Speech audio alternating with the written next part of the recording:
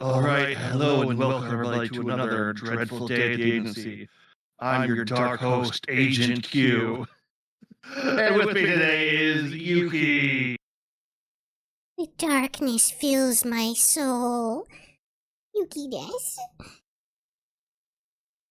But yes, today we're going to be going over all the new anime for summer 2025. This dark feast of depression, anti-socialism, and hopelessness that will gnaw at your soul. I'm not going to do this the whole time, but yeah, for anyone watching, we are grouping our new darker models for today, as well as this unbelievably dark section of anime. But for what our list is, and those of you just tuning in who are new to our stream, both me and Yuki have gone over all of the new series for the summer of 2025. What these series are ones that are not sequels, prequels, or spin-offs of standing series, but entirely new franchises that might have previous mangas or other such source material, but are at their very first anime not preview release. That way you have a good feel of what is going on, what to watch, and what might be your new hot flair. The only exceptions we do have to our rule are full series reboots. Any show that does have a complete reboot from its canonical origin or its first airing or the beginning of its source material will also be added to this list, although I do not believe we have anything in that category this season. Incorrect. We have Hell Teacher Nube. That one was a little bit... That's sketchy because it also was a YouTube release too. Yes, but I mean, we have at least 3 anime this season that are YouTube exclusive releases. Okay, I might have to add those thumbnails later then, because I wasn't quite counting those because those are so hard to get the officialization on. But if you are sure, we will go back and add them. But Yes, they do definitely seem to be official. All right, then. What are our categories for this season? Well, our categories for this season are skip. This is shows that either we did not watch ourselves and therefore can't give a recommendation on and don't feel comfortable recommending, or that we feel were just so awful that nobody should watch them, that are probably not even going to grab people who are in the genre that they target, or that are just so bad that truly they should be avoided. Must watch on the far end, opposite end of that spectrum, is shows that even if it's not your usual genre, you should probably check out. It's our recommendation that this is such a good show, it deserves to be seen, and you should just dive into it. With the caveat that we may possibly put some stuff in there that could have some content warnings that you might be averse to and may want to avoid them on those grounds. 1 episode, 2 episode, and 3 episode categories are literally just the number of episodes that you would need to watch of a show to get a good feel for yourself as to whether or not it is something for you, and whether or not and get a feel for the show itself and what you're in for by watching it. These are not a ranking or a anything to do with the quality of the show itself. It's simply, you know, a lot of shows have what they call the 3 episode test. Hello, and just lurking right now. I'm playing Smash Brothers with my nephews right now. Oh, well, no problem. I Hey, always bud. appreciate lurkers, and thank you so much for joining us. Everyone's welcome. Just be warned to the back half. Yeah. So, a lot of shows do have, like, some kind of surprise twist or something, and you may not really know what it is that you're watching until you've gotten at least a few episodes into it. And so we try to give you that recommendation of about how much of the show you need to watch to actually get a sense of what the real show is about. Yep. Overall, it's like I said, try not to be put off by 1, 2, 3. I'd move skip up to the top because I kind of realized putting everything in the middle kind of puts it on a scale there. But those are definitely never supposed to be recommendations of quality, just how much you need to watch before you need to skip, need to drop it, or realize this is your genre. That being said, we realize everybody has their own different styles, and as for those go, each of us also have our own different things. I, as Agent Hugh over here, hello, am a massive fan of your mecha, your shonen, and your action thing, while I tend to bounce off modern-day slice of life and rom-coms. Yep. I, on the other hand, am definitely the one who covers all of our slice and life and rom-com stuff. I tend to shy away from things that are more in the sports genre. Oftentimes things that are in kind of like the mystery genre I found recently. And things that are more like modern day, like underworld or military kind of stuff.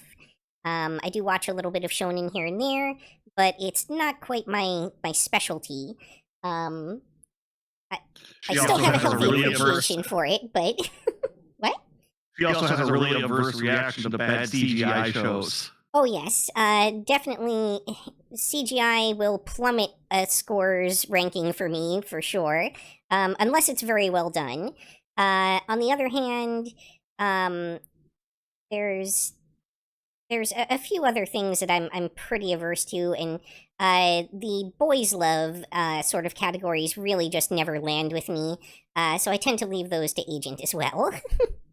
Yeah, I get all the BL stuff, and although more Yuri this season than anything else, you got the Yuri. I'm eating it up. But okay, for this show, we are not only going to rank and talk about shows, we're also going to give you a trailer to get a better impression of it. To note for all of our categories down here, one thing Crunchyroll does love to is give off special titles to anime they, well, at least it used to be, they thought would do better. This season, they really went all out. I think over half the shows have special logos on them, so we'll be giving you a lot of those out of that. But with that said, did you want to say something?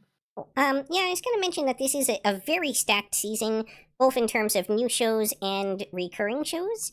We are looking today at 37 new series that are covered within the scope of the show, but there are also around 10 additional series that we're not covering, either because they're, even though they would fall into the context of our show, because they're, say, stuck in Netflix jail, or some other program's equivalent of that and will not release until the end of the season, or because they simply were not licensed and the only actual way that you can view them is pirating. Yeah, there's a very particular, I can't believe it's not hint. I don't even know if I want to say that I can't believe it's not hentai. Like, I'm 80% sure it was a porn. That it was trying to be anti-porn. Oh. And I'm porn with an anti-porn plot, yeah. Yes! Not even joking, yes! Poor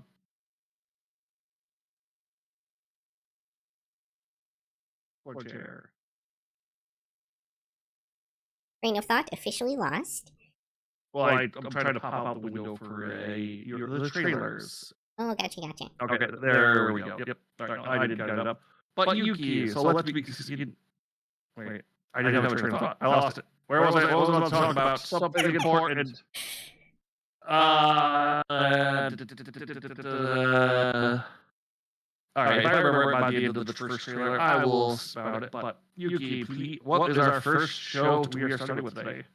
Alright, although I've put most of our really dark stuff towards the end, kind of gradually easing into our Adult Swim section where we keep our looter shows and things of that nature, I am going to start us off with just a little surface level taste of the kind of darkness we're in for and seeing this season, with Apocalypse Bringer Mingora.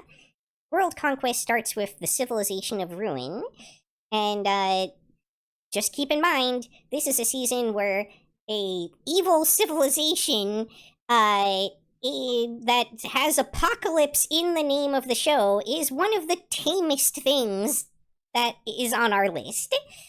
Right, and I just remember what it is. We do grade on a scale per season. So if a show that you think is top notch is graded a little lower, or a little less than you would think it is.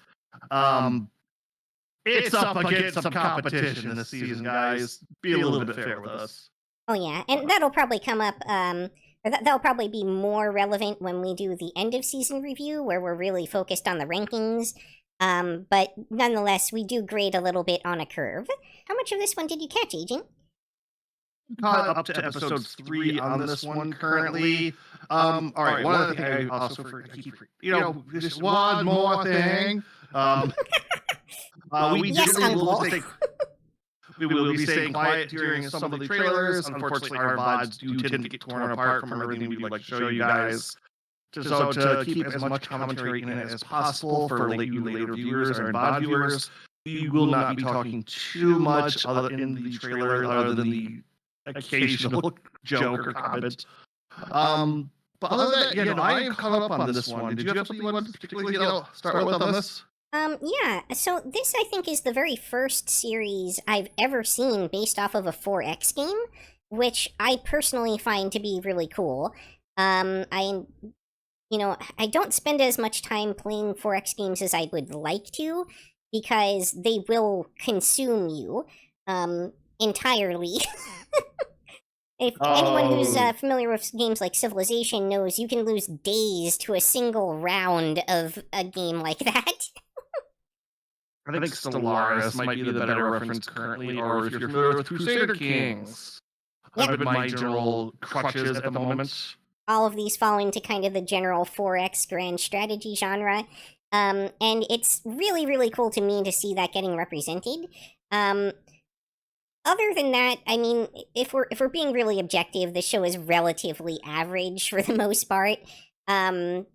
You're not going to get any Sakuga or anything like that here. In fact, you're going to get some occasional bad CGI, which I do give them credit for, at least them making it be, like, goofy and have some personality to it when it shows up, but it definitely doesn't look good from the, like, visual perspective. Yep, that is one thing I wanted to say. That this is a very bog standard isekai feeling. I wouldn't say it's on the bad scale. It's probably closer to the better end of entertainment. As for the 4X thing, I do kind of get a suspicious thing, appearance about this, that we get a 4X isekai that might have been in development or get approved around the same time Nintendo did a big old school 4X game push on their console, on the virtual console. Interesting. Which 4X game were they pushing? I mean, I know they released Civilization for, like, the Switch 2 and stuff, but... Oh, no, it's... Alright, so it's a little side tangent here, but if you think the American market has a fascination with the 4X genre, no, the Japanese beat us to that by a country mile. The amount of 4X games on the Famicom and Super Famicom is outrageous. Huh, I had no idea. I've never seen any of them on those. A lot of them weren't ported over to the US or translated until recently, which they did just do a big push on their last Virtual Console update before the Switch 2 released. I forget what the series is. I've dipped my finger into some of the newer titles, but yeah, they have a lot of older titles, which the previews of the game, they do show off in this instantaneously. Oh, I recognize this, I recognize that. Oh, that's this. So this does feel like this might be a co-brand kind of thing, or they realize that a lot of retro styles were getting pushed in there. As for the series goes, it wants to be Overlord kind of with the human. It's trying to take on that 4X nation building aspect of it.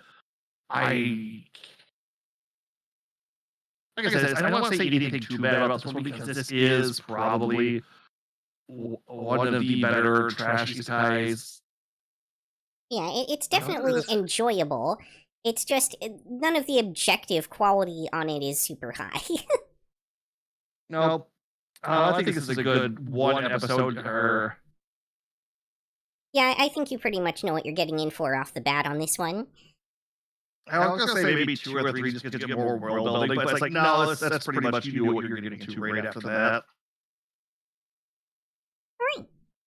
Next up, we have the spiritual successor to Nichijou, which, if that doesn't excite you, what have you been watching? City, the animation. Admittedly, I didn't manage to get all the way caught up on this one, owing to the fact that it came out really late. They just dumped 3 episodes at once, several weeks into the season. No, it wasn't even that. It was like episode 1 dropped, I think, early, then 2 and 3 came out at the same time. Because I remember like watching it, it's like, oh, episode 1, I'll wait for the next 2 to come out. Then you told me, it's like, all 3 are out like the next day, and I was just like, what? Yeah, if you're familiar with Nichijou, this is a very, this isn't the same artist and studio and like everything else, or at least trying to ape that style, I would be utterly shocked. If you don't know what Nichijou is, go look it up. It's really good. Also known as My Ordinary Everyday Life. Which does... Just trying to find this on the now list down here. From what I've seen so far, I feel like Nichijou was the stronger show. It's possible, though, that this one just kind of hasn't really gotten going enough for me yet. As I said, I didn't manage to catch everything that's been released so far, and I know even with Nichijou, there was kind of this warm-up, slow start period, where you're kind of getting introduced to the characters, and they're working on, like, setting up the future meta gags more than they are hitting you hard with humor out of the gate. So we could just be seeing that. The other thing I wanted to mention is I know on like Mother's Basement channel, they talked about how impressive it was that the animation in this is so consistent. And while that is impressive, I've caught on to the fact that that's because it's actually almost all, if not entirely, CG animated.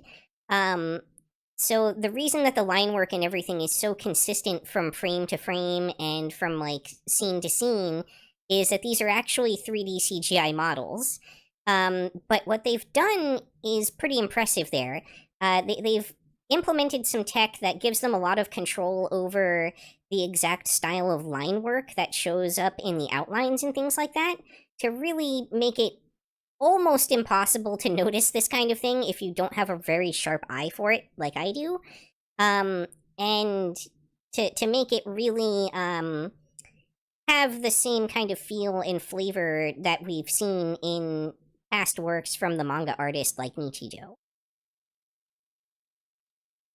Oh, yeah. No, I would have picked up on CGI on this one if you hadn't mentioned that, honestly. You have to look really close to spot it. And the first giveaway is all the, like, camera turns and, like, time freezes that they do.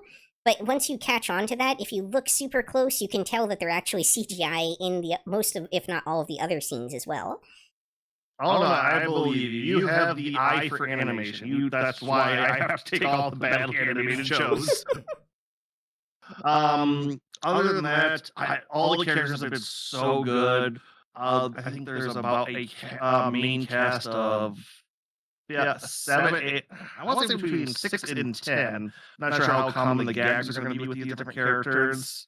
The not Yuri love bait high school girls are fun. The shop owner is fun.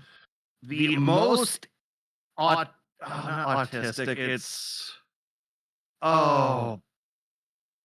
maybe a little bit of autism in there. ADHD coded person I think I've ever seen in a show. That just, it's like, I need to.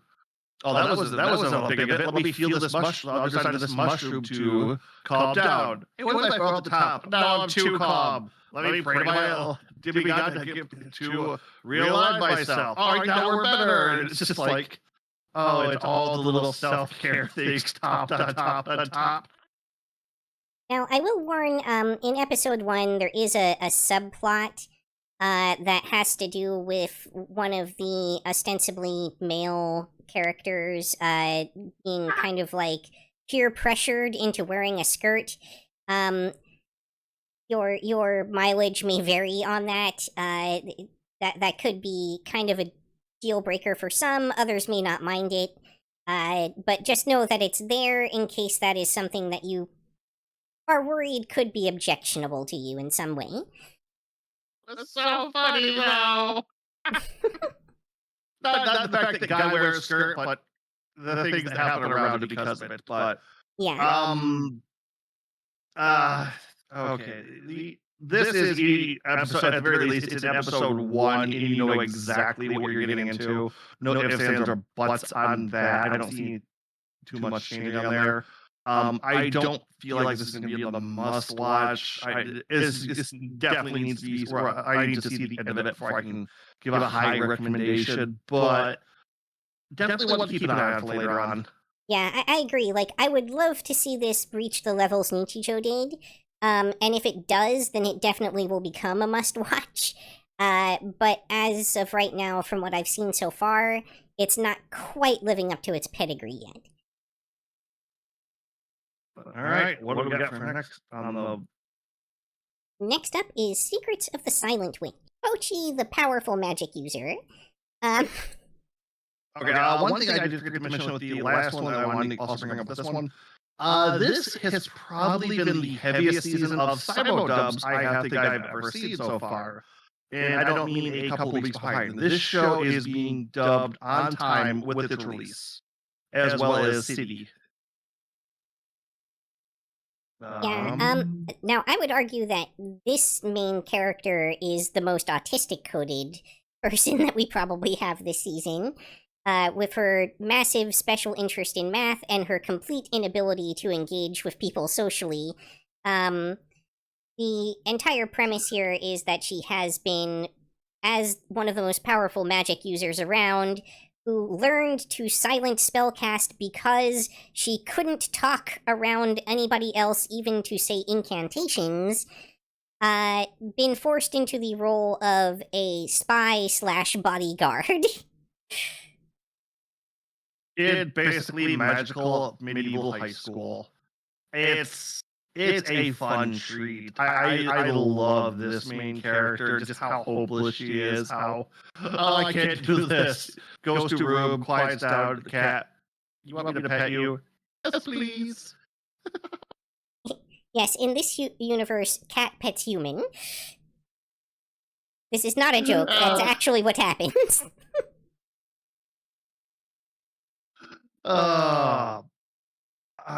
Overall, especially this season, seeing something so sweet. I was gonna say wholesome, but it's not quite wholesome. It's just kind of sweet, just kind of feel good. Really I does. feel like wholesome help is a fair descriptor as well. Yeah. The plot does need to go a little further on this one. I would say episode 1's not a good review, but episode... Say by episode 2, you pretty much know where it's going. Episode 1 shows a lot of, like, the character before the main plot gets going, but by episode 2, you're kind of into the main plot of the show. Yep, this also happens to be one of the first special titles that Crunchyroll has made.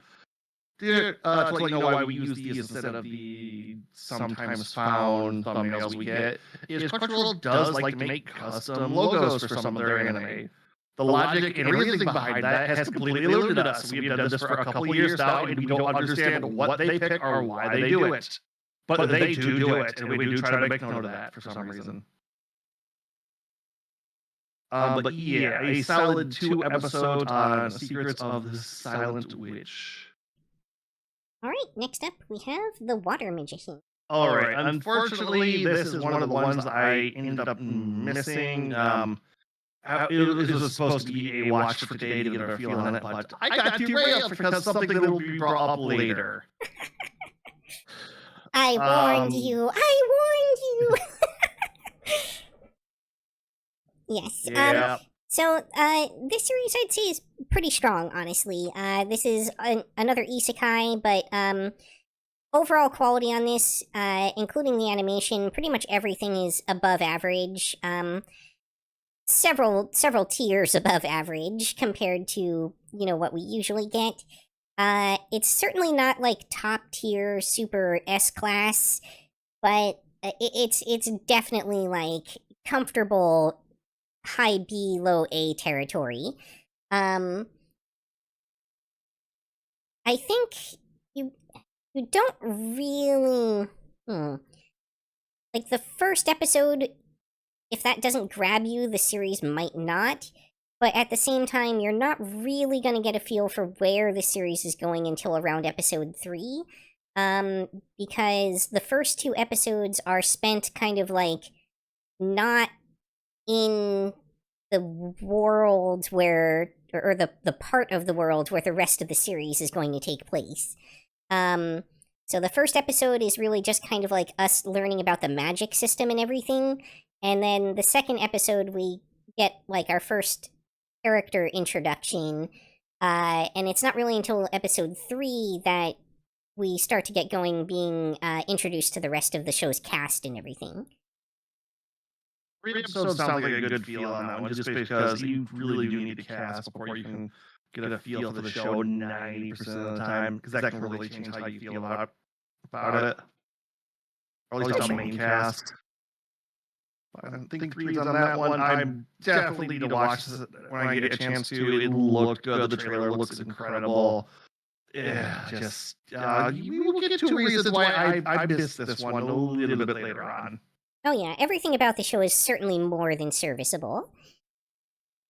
Alright, next up we have Solo Camping for 2. One of the other ones I also happened to miss. This was going to be one of the ones I was going to let you handle this season completely too. That completely makes sense. This isn't really your kind of show. No, I am a creature of the cities of industrialization and grunge. Gotta stick with the goth emo grunge crowd, right?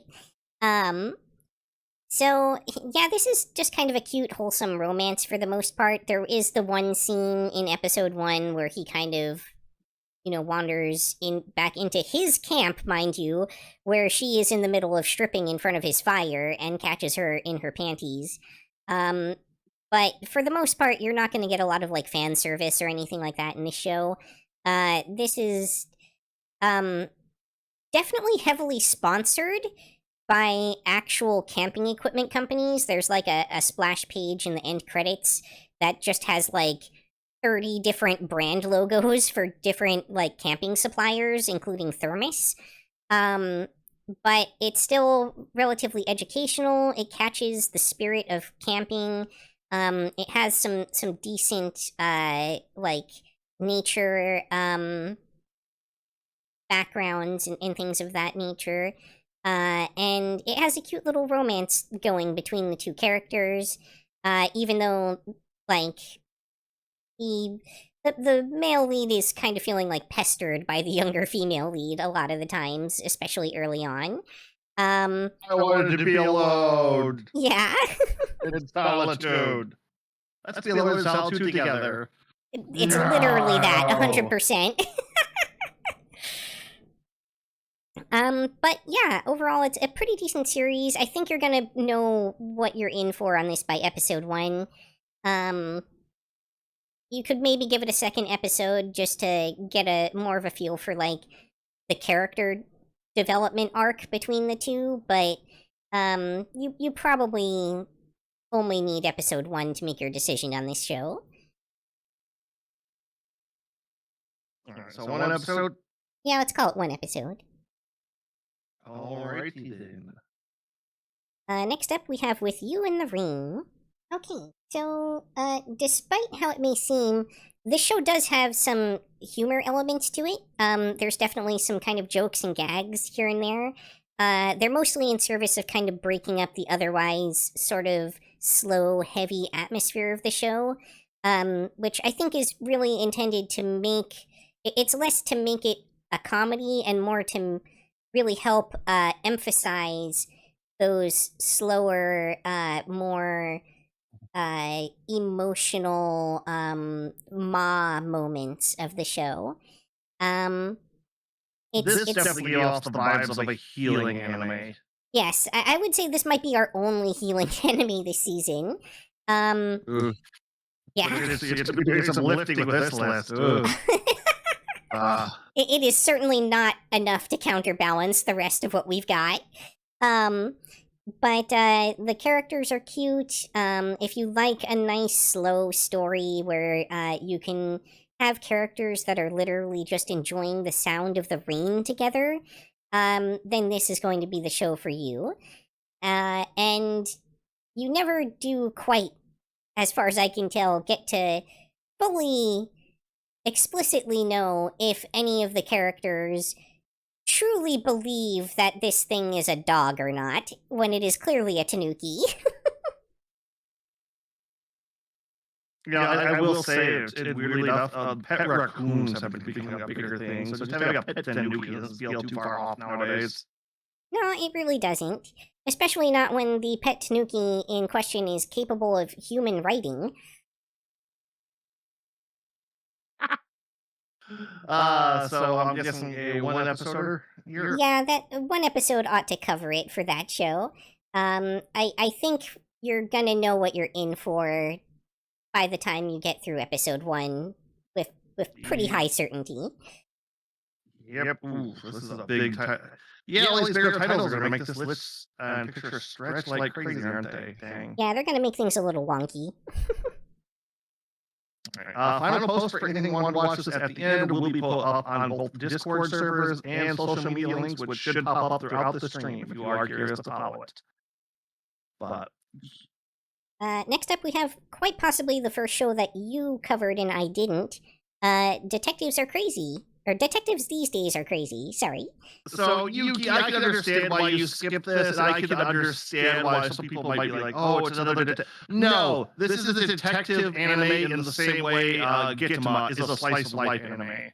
This is a off-the-walls, old-school, high-energy gag anime through and through. The amount of classic panel cuts to old cell animation styles is outrageous. The gags are non-stop, and joke after joke after joke, to the point where it's like, I think I texted you about one of the things that kind of just struck, like, hit me over the head. It was like, oh, I used to be so good, I'm over the hill, my body's breaking down, the slightest move wrecks me. It's like, how old are you? I'm 35. See, I thought you were just talking about yourself. I didn't even realize that was supposed to be a quote from the anime. Yeah, no, this is a high-intensity gag anime, and I mean old-school gag anime. If you like those slapdash, crazy, mother, where is this on my list? I definitely find myself interested in it, having seen the preview. I had intended to at least check out an episode of it. Like, my goal was to get through at least, like, one episode of everything if I could, but there just wasn't enough time to hit all of them. Yep. That being said, this is a crazy nutty show. I was coming in because there are other actual detective shows this season. This is not a detective show. This is old school gags done in modern day style with modern day sensibilities, clashing up against old school stuff. The writers of this very much knew it. This is another one if you wanted a palate cleanser for this season to jump into. Anything covering more is just going to be going over tropes, gags, and comedy concepts that this series just bakes into itself from episode 1, setting up all of its characters. One thing I will say, this is closer to C and how it does its format. Every 20-minute episode has basically 3 distinct parts to it. So if you're just wanting to watch it for a bit, you can do a quick watch on those. It is still up as 20-minute episodes on Crunchyroll. So full episodes there to be watched. But so far, it was a nice palate cleanser. I can imagine so. Okay, next up we have See You Tomorrow at the Food Court. Yeah, it doesn't give you much in the preview, does it? But, that's fine, because it's not about anything. This is one of those slice of life shows that's kind of like a manzai comedy act, where you just have like two people hanging out together and chatting about random stuff as the main driver of the show, with occasional gags thrown in, and in this case, lots and lots of product placement, especially from KFC and Baskin Robbins so far. Not sure who else might show up down the road. But the Don't forget characters all are of the cute. Yuri bait either. Yes, the characters are cute. There's definitely some Yuri bait going on here. And it's certainly worth a watch if that kind of style of show is your thing. You probably know what you're getting into by the end of episode 1. Oh yeah, definitely see that there. Okay, the one other thing I want to say about the Yuri bait shows this season. What is it with like the big boob? One of them always being big boob, like a white top, but not like showing off too much on it. It's just something. It's like there are two big instances of it of just like that's kind of weird that happened twice. Well, I think I can't really say for sure, right? Because I don't have enough context for that trend. But my suspicion is that there's always the one character that's meant to be the self-insert, just as there is with, the typical protag-kun. And then the rest of the girls are intended to be the, actual Yuri bait or the harem that surrounds that self-insert character. So it's kind of falling into that. All right. That makes a little more sense. Hopefully you guys didn't hear too much from me bumping my desk and almost dropping a monitor, but there. Didn't really come through on my end, at least. Oh, thank God. I don't want that to be obnoxiously loud in the middle for no reason. But yeah, let's just... I think we're getting closer to the end of our feel-good stuff, though. What do we got next? Next up, I think you were the one... I certainly didn't cover this one. Hopefully you did. Is Let's Go Karaoke. I'm getting some I Need an Adult vibes from that show. Yeah, unfortunately, this happens to be the last airing show in the season, as in, it's only on episode 1. The preview was doubling audio. Same with Agent. Doubling audio was... how? It's only coming through one source. I will... Are you hearing that on my stream side? On Yuki's side. Really? On my side? Okay, if it's coming through double on yours, then there's nothing I can do to fix that. That has to be... Your audio is doubling. Because I'm getting straight from you on that end of the Discord side. Has this fixed it? Talk a little more, Agent. Yes. All right. Yeah, okay, looks like he says it does. But no, the thing I was going to say is this show, while everything else is, the vast majority of the season is on episode 4 with this week. This is on episode 1. This was supposed to be watched today, but unfortunately, it kind of was supposed to be one of my last watches. That kind of got kicked to the side. Another bit there. What was this one called again? Singing... Let's Go Karaoke. Let's Go Karaoke. Where did I put you? There you are. I think we might have to throw this one in skip from just how neither of us got to watch it. Yeah, we both do like to be fair, but this is on a seasonal rotation, and these companies, they have set up this system. If they want to play by their own rules, they need to play in their own rules. If not, you wind up with shows that come in at the very end before we get a good chance to dig in and cover it, or with something else happening last minute when we do try to do this. Because while I was tempted to push this back another week just to try to make sure we could cover everything, we're already starting later than usual than we for this. Yeah, and I think I might have to be a little more strict both on myself and on these shows if they want to keep doing this to us, because this is their system and they need to abide by their rules. Yeah, starting halfway through the season stuff is getting problematic. I mean, if everything changes, we might have to change our format, but when it's only a couple things... Might need to calibrate your mouth by the by. Oh It yeah, is I'm sure I have a lot of that kind of calibration to deal with. it is something we need to work on. Might need to change our format, but other than that, we are doing fairly good. But okay, let's see if the double audio is fixed. What do we Alright. have next, Yuki?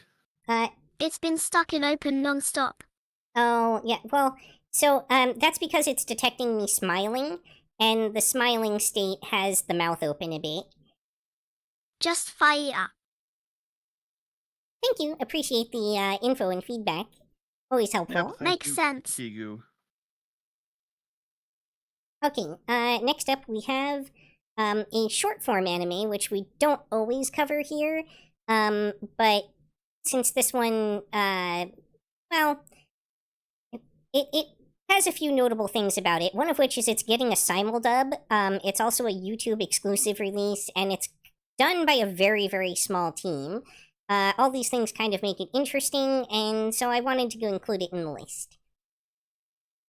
So next up we have Milky Subway, the Galactic Limited Express, which also, for those of you who are familiar, you might catch the references that that title is making. だからアシそもそもドライブ行きたくなかったんだって。チーがアシのこと誘ったからこういうことになったんじゃん。That was a nice short little trailer. I need to add this file though, so give me 2 seconds here. Because Sure. I was not originally planning on keeping that one in there, but Gotcha. I did The manage to fact catch that a you- couple episodes before we started, though, because the show is very, very short form. We're talking 3 to 6 minute episodes. yep. And this is, like Shuki was saying, a YouTube drop, which I have I for a while there was trying to be adamant with, oh, these are, can be exploited, but then YouTube and other streaming platforms getting a bit weird with how those released and if they're official, or YouTube themselves kind of wrapping it around into something else kind of dropped it. But as far as both I and Yuki have confirmed, this is an official YouTube series, so good on them. Hopefully support the original thing. What can you tell us about this though? So, this, it's. I'm not sure how to put this. You definitely know what kind of series you're getting into with the show by the end of episode 1, which isn't a very difficult investment because it's only a slightly over 3 minute episode. But the general premise here is the characters you saw have all been sentenced to civil service in space jail because the jails are all full. And the service that they have been sentenced to is to clean the Galaxy Milky Express, which is a intergalactic subway line. Unfortunately for them, well, I don't want to spoil anything because that all happens in episode 2. But suffice to say, it's a cute little, like, kind of character-driven show with a little bit of plot going on as well, and you get a little bit of cute comedy in there. This is a show where the entire credits for the show fit on a single screen, so when I say that this is a small team, like, literally most of the animation and everything was done by, like, one person. Jesus. So is this going to be a 2 or a 3 then? I would say even a 1 is fine for this one. Once you get through episode 1, you have a general feel for the characters and the style of show, and if that doesn't catch you, then the show itself probably won't either. But again, one of the really notable things about this show is even though it is this, like, little YouTube release from a small team, it is being simuldubbed in, like, I don't know, like 10 different languages or something. Yep, which if you've seen the latest reports for both Crunchyroll and I think Disney, Netflix, I think you're referring to as well? Yep, dubbed anime is the preferred watch, so having these studios get on the simul-dubs train has been nice. Mostly we like being able to watch Audio stuff is on the good. side. Didn't want to interrupt the analysis. Thanks, Gigu. Appreciate it. Thank you. Alright, Because next up we have the private tutor to the Duke's daughter, So this is one of those kind of shows that features like younger characters that are sort of forming a pseudo harem around a slightly older protagonist. So content warning there. If that kind of thing offends you, give this show a pass. But it's not something where you're going to see anything explicit. There's not a lot of like actual ecchi or anything here. These are more like Emoto style, cute moe younger characters that like must protect and give head pats kind of vibe. Yeah, but the biggest note on this series for this season is the fact that it's a fantasy show that isn't horribly dark. And It's isn't kind an of isekai. lighthearted. I mean, we have what, 3 isekai this season overall? I believe it was very light. And why am I not You're seeing right. this? This was relatively light on the isekai this time around. Maybe there's more than 3. Let's see. Well, we'll do the math later. Yep, I'm just not seeing this on my list. I should be on here though. Darn it. Is it maybe right to the left of the Ugly Mug show in the 3rd line? Yeah, is it that one? No, that's city under construction. Scooped up. Private. Rebirth. Atomic. Did I not grab this one? I might have grabbed this one. Oh no, there it is. Up, second to last line, far right. It's got one of the special titles, Private Tutor to the Duke's Daughter. Yeah, there you go. Oh, yeah, one of the longest ones too. How the hell did I miss that? Because you missed it, I was thinking it was one of the like regular thumbnails. No, it's just blurry and kind of. It make maybe more sense on its normal background, but another private one that wasn't done great. Yeah, fun slice. No, I won't say fun, but slice. Not so.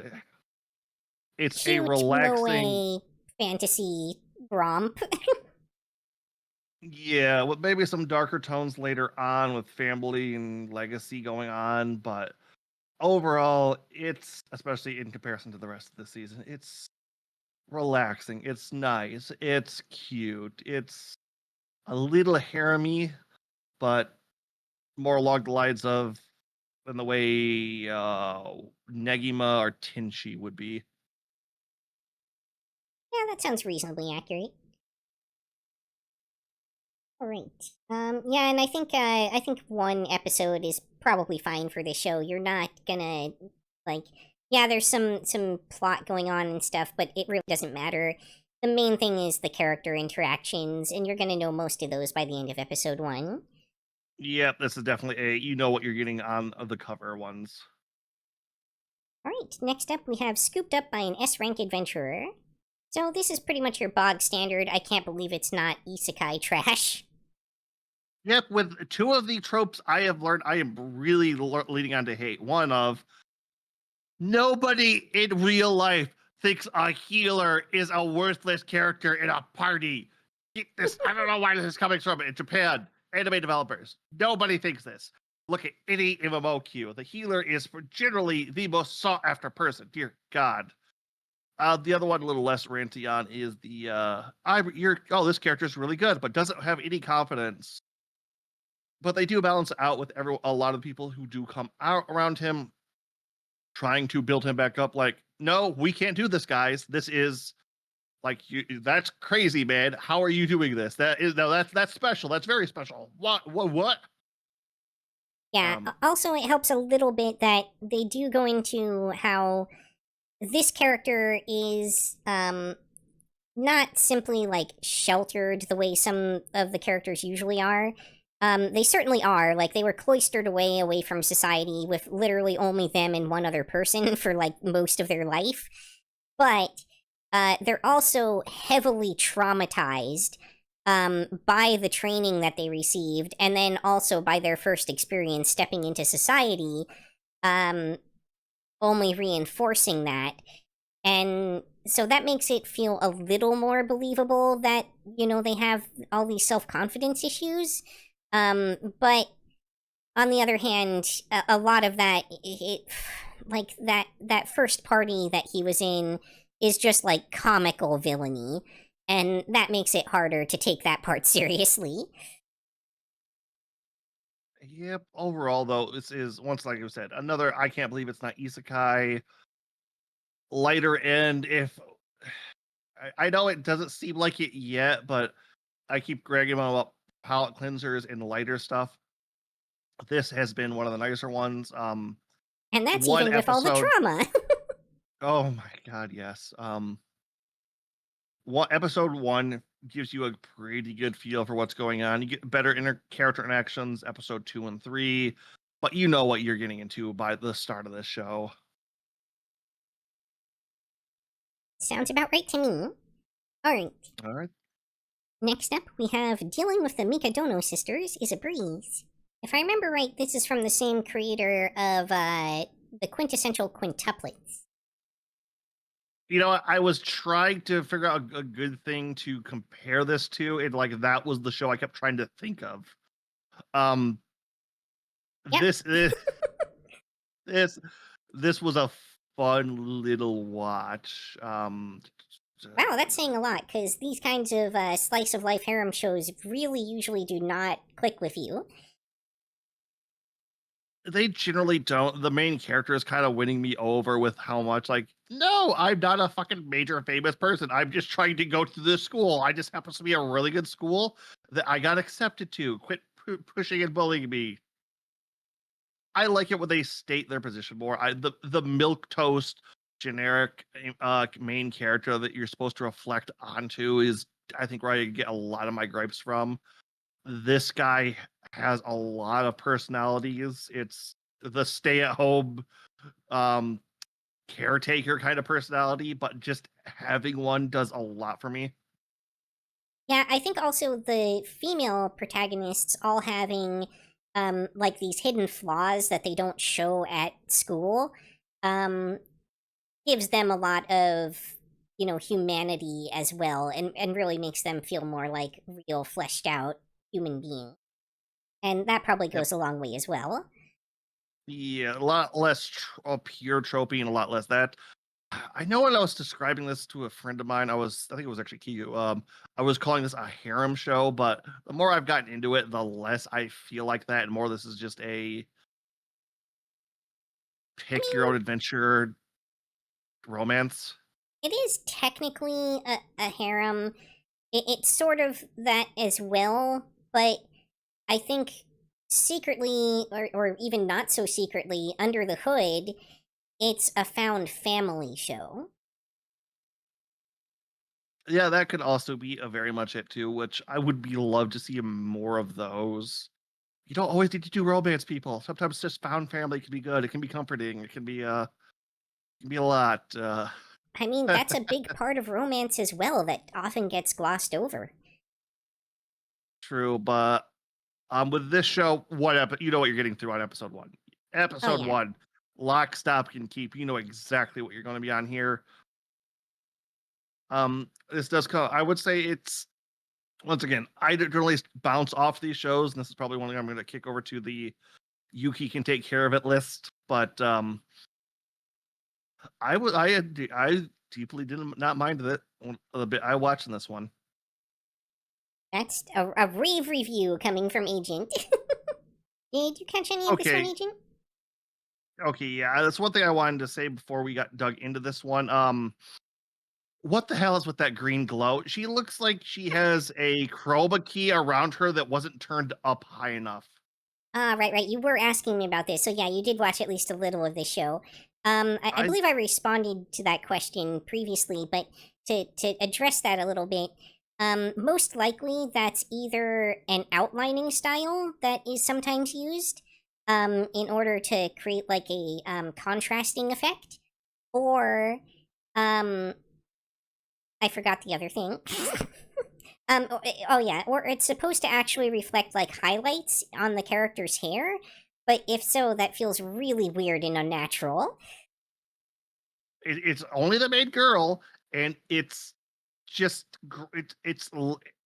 I wouldn't bring up the comparison with the the chroma key if it wasn't for the fact that I had to redo your model this setting up for this stream, and at one point you actually had that same kind of green glow because I had to readjust your chroma key, and it just like it immediately clicked what it was with her finally with me, and I'm sorry, that little bit bugs me.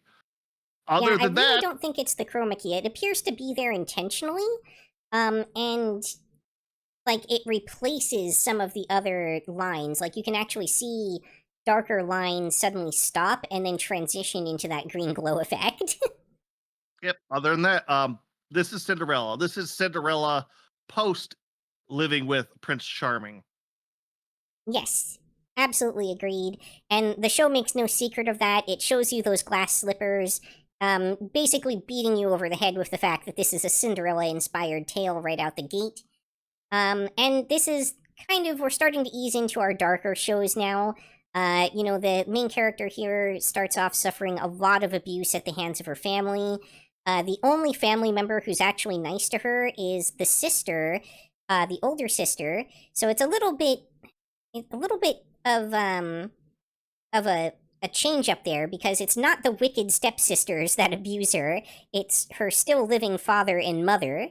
And her older sister is like actually really super cool, even though she's the one that gets all the special treatment from the family. And then spoilers. Yeah, she dies. Yeah.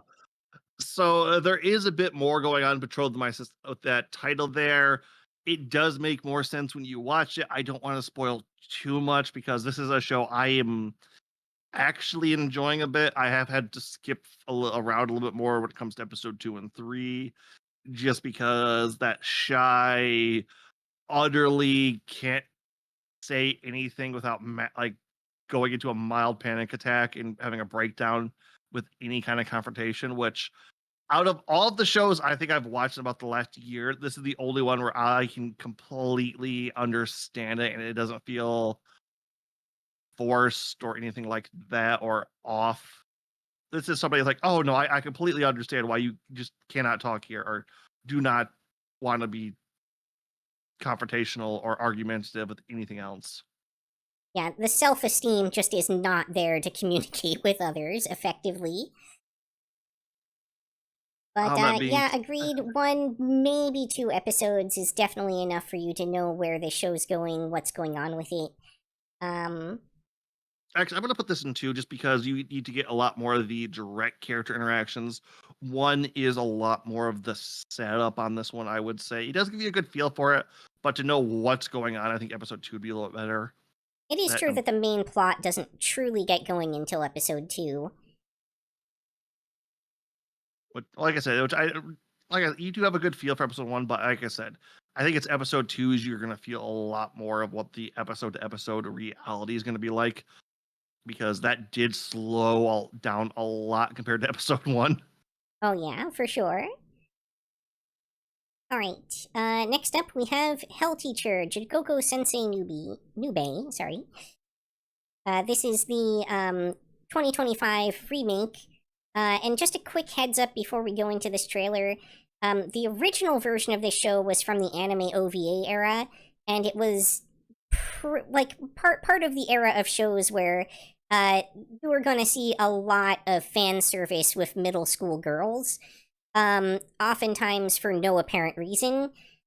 From what I understand, that kind of content is not included in the re-release, but I'll explain a little bit later why I can't fully verify that. So am I correct that you didn't catch any of this one, Agent? Nope, and I gotta add the thumbnail really quick, so hold on. Sure. Okay. The thing is, this anime is a direct release to the It's Anime powered by Remo on YouTube. That is the official release, as far as I can tell. And it's one of like 3 series that fall into that bucket this year, or this season, I should say.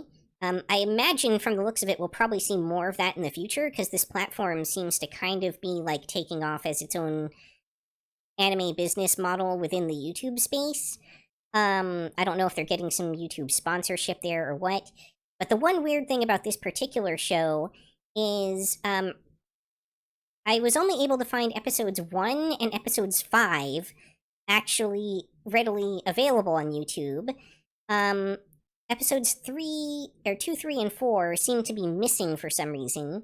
And I'm not sure if that's because they're doing like the Crunchyroll subscription thing, where they like give you only the latest episode and like maybe the first episode as an appetizer, but you have to like pay to see the rest of the show, or what's going on there. If maybe like there was some kind of regional content blocking on some of the other episodes or what. But consequently, I was really only able to watch episode 1. It is cool to see a series that has like that older animation style making a resurgence. Content-wise, obviously we're starting to get a little bit darker here, visually and plot-wise. This I feel like is really more your kind of show than it is mine, Agent. Yeah, I think I've actually watched the original OVA, and it's like the minute I saw that hand, it's like, oh, I know this show. This thing is referenced all over the goddamn place. Exactly. Yeah, it was very big in its time and era. And I'm pretty sure I've seen. I don't think I've seen the entire OVA series because, like, that was back in the days when finding the entire OVA series was difficult. But I've definitely seen at least some of it, as I recall. And they really like amped up the like violence and like fighting aspect of it to kind of compensate for removing the fan service, as far as I can tell. But I can't really comment on it too much beyond that. I'm forced to give it a 1 episode because I can't watch beyond 1 episode currently. Yep. For shows like this, we will definitely try to break it more down in where, why, and how to watch these shows in our final wrap-up reviews at the end of the season. So stay tuned for that, and we will give you, or at least we should be able to give you our final location on where to get it and how to watch it. Indeed. All right. Next up, it's going to be telling that a show that is literally based off of the Cthulhu mythos is towards the start of our dark stuff this season. So next we have Necronomico and the Cosmic Horror Show. Alright, a quick note about this show. At least when it initially released, this show had a problem where it had some really, really awful AI-generated subtitling that, in many cases, misspelled proper character names from the Cthulhu mythos and stuff like that, even. It was real garbagey, and that's at least part of what put me off of this show. Oh, okay. I there was some of the names I was kind of wondering on that one. My reading spelling bit on that one kind of autofill anything that's incorrect to begin with, so I tend not to notice it. It could still be going on with that. I hope it's not. It might be something to do with the weird copyright on that. I'm not, hopefully not too sure on that one, just because I know a lot of companies have been trying to ground up the Cthulhu mythos and stuff recently. From what I hear, the official reason from Crunchyroll is their subcontractor violated contract by providing AI-generated subtitling and was fired as a result of it. Oh, so this was just that. Okay, that makes more sense. This was a corporation thing. Kind of ironic, honestly, with this show, since it's a bit about how corporate, pushing develops into, hey, let's make a dark pact with evil elder gods. What could go wrong? Profit!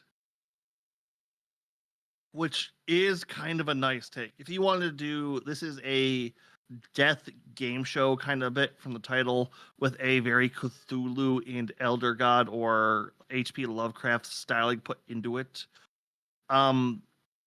I'm in love with this damn thing, not just because it involves streamers and a bunch of other concepts on that, but just seeing people break themselves down and be broken over this elder god game show, which really is beautiful because if you're familiar with those kind of concepts, it's not just, oh, these elder gods are going to drive you mad. It's no, the elder gods and the people around you and your own faults are going to drive you mad. They are the wedge that cracks you open, and it really does get that right. And again, throwing out there, Lovecraftian death game ranks towards the low end of our darkness this season. Ah, it's oh, I don't even know where we're gonna need to start that warning at, but yeah, it's gonna be on there. Any other thoughts you want to have for this one, Yuki? Not particularly. I mean, I had some of the same interests in this one as you did, but I think ultimately I'm probably dropping the show and leaving it to you in the interest of time. And also because I was really put off by like the subtitling and how things just kind of weren't making sense in the early episodes. Yep. That being said, I think at least episode 2s need to be watching this one. Episode 1 sets up the premise, but you don't really get into the shows proper until game episode 2, which starts to give you more of the characters' craziness, mindfulness, and how they're going to break and be broken, it feels like. Yep. Incidentally, we're closing in on about midway through. I think maybe after this next one, if it's all right with you, maybe that'd be a good time for us to take a 5-minute bio break and come on back. But next up, we have Amitsubaki City Under Construction. Oh, great. Wow, that was a crappy trailer. Yeah. I have a couple of notes going into this one. I have learned that this series is in fact an official tie-in with a VTubing agency, and that basically part of the reason the show is a little bit impenetrable and hard to get into is that they expect you to, going into the show, know all of the lore surrounding the VTubers that are represented in the show. Okay, I was not aware of the VTuber aspect, but this is also a video game. Yes, and the video game is also a tie-in to the VTubers. Okay, yeah, because oh, the things we were gonna break up were, one, this definitely got slapped to me right away for its horrendous CGI. Only on the main characters too. It's like the background CGI, like a lot of the other like monster stuff, isn't too bad. All of its main characters are just they feel like they rip their models for the goddamn show itself, it seemed like. I think they may actually have done that, is the thing. And yes, when I was initially watching it, I had the same problem where, like, yes, the backgrounds looked great, and that only made these, like, poorly rendered main characters feel all the more out of place. Which, for a marketing standpoint, if you're trying to not get people whiplash when they go back to the streamers, which okay. Other than that, I had initially thought this was some kind of like idol anime tie-in, but knowing that they're all independents, I imagine they all have a bit to do with music too, from how this show goes. Yes, they are VTuber idols. That is accurate. Okay, that's about where I had my thoughts on that one. As for story, another post-apocalyptic thing about people turning into monsters and witches and their familiars fighting them. It's Yeah, about half of humanity dies in like episode 1. And again, this is still kind of on the low end of our darkness. hello, darkness, my old friend. But overall,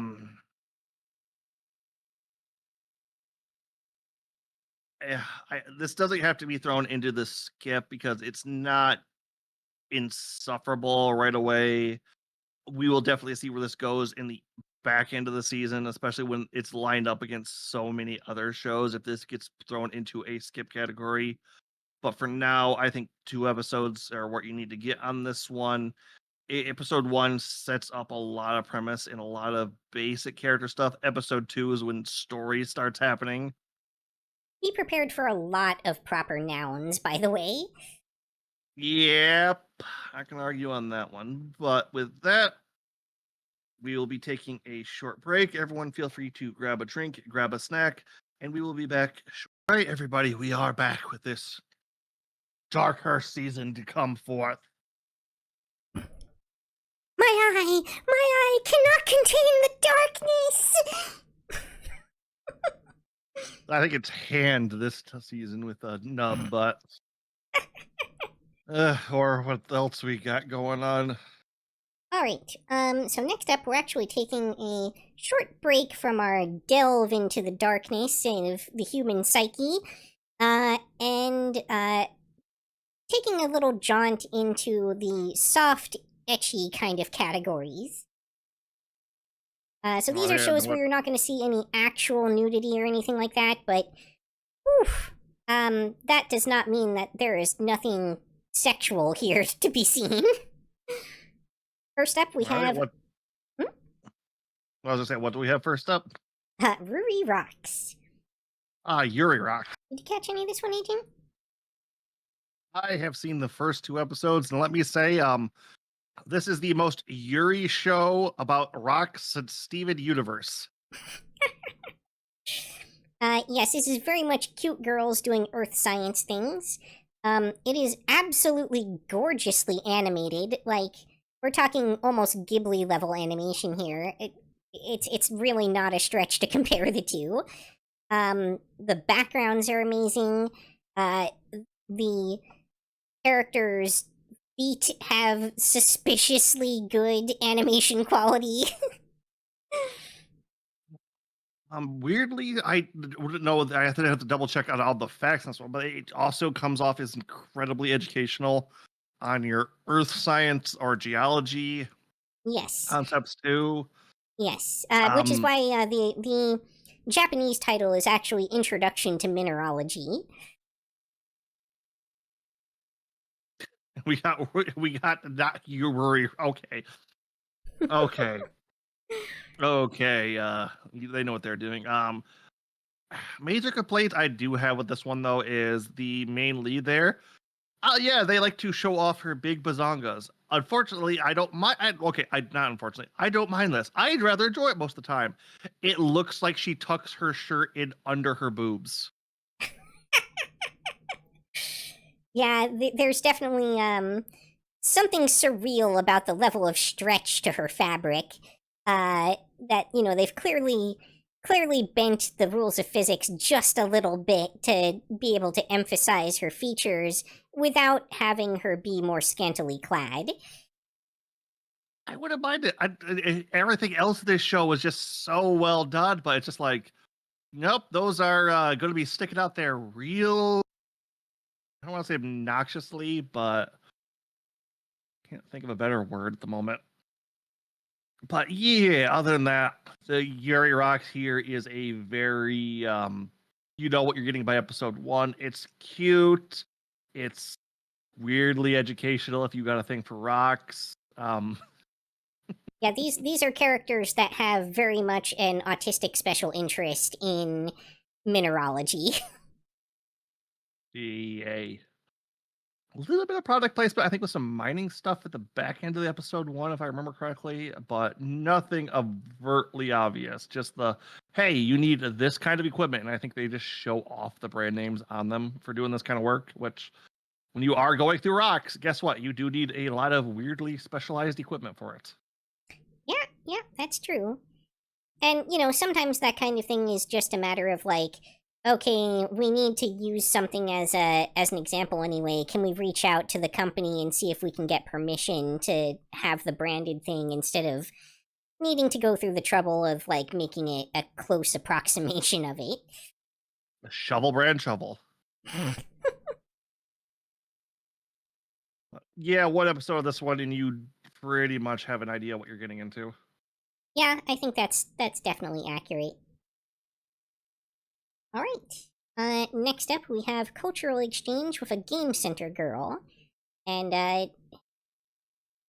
although this show is fairly wholesome, I will give the caveat that this also kind of applies to the last show a little bit. This is very much a, like, younger girl with interactions with an older character. The last show, there's nothing explicitly there in terms of like a relationship, but this show, well, you'll see. Did you catch any of this one, Agent? Yep, I have caught quite a bit of this one actually. I was quite enjoying it quite a bit, honestly. Oh, surprising. Well, one of the biggest aspects of this is the language barrier between the two characters. Of one can kind of speak Japanese, the other can kind of understand English, but it's very much in the English category of what they do. At least in the sub, there is a dub going on with this. It's not a direct simul dub, but it is very close behind on it. I did not catch that once I realized that a lot of the, I want to say, so a good chunk of the comedy in this is going to be from one speaks English, one speaks Japanese. So yeah, I can't imagine how a dub would work with this show. I really do need to go back and watch it. I just haven't had a chance to. You said there's an age gap between the two characters? Yes. So the male protagonist here is a college student, and Lily Baker is in fact a middle school student who is in the same class as his younger sister. Oh, okay. Because this kind of felt like maybe one was in high school, one was like the back end of middle school, early high school. Like I could feel like 4 years of difference maybe, but this feels so that's closer to 7, 8 in there. I'm guessing probably. Yeah, that Maybe seems 10. more realistic. Okay. Other than that, I will say though that Yeah. it's one of those shows where it's like younger girl has like a crush on an older person, and you do see that kind of thing in real life, and sometimes it's just, it's just cute. It doesn't have to be like they don't really get weird about it. But she definitely does like swear that she'll make him like her back. oh yeah. Like I said, it's cute. Like I said, I tend to bounce off of these kind of shows. I'm thoroughly enjoying it. I think this was mostly because I could watch it on the side from all the English and kind of understand a lot going on. But wasn't a bad watch overall. I'm thoroughly enjoying it. You know what you're getting into episode 1. Episode 1, full understanding of what everything else is going to be. Oh yeah. Yeah, definitely very cute. If I had to have one little nitpick about it, it's that they seem to confuse or conflate a little bit people from England with people from Australia. And so occasionally she dips into more of an Australian accent, and the koala character is a very major part of the show, but koalas are Australia, not England. It just feels They're like trying. it feels like a real oversight. Which would be too bad. Go ahead. But a lot of people are ticked off in Australia right now for other reasons. Fair enough. But yeah, it's definitely a cute show. It feels very wholesome despite the age gap. So as long as the age gap itself isn't that huge of a problem for you, it's a cute watch. All right. Next up, we have a Billy anime for the season. Ugly Mug Epic Fighter. If I remember right, this is one of the shows that does feature, at least at one point, a plot point that has to do with some sexual assault. So content warning on that. Okay, you go ahead first on this one.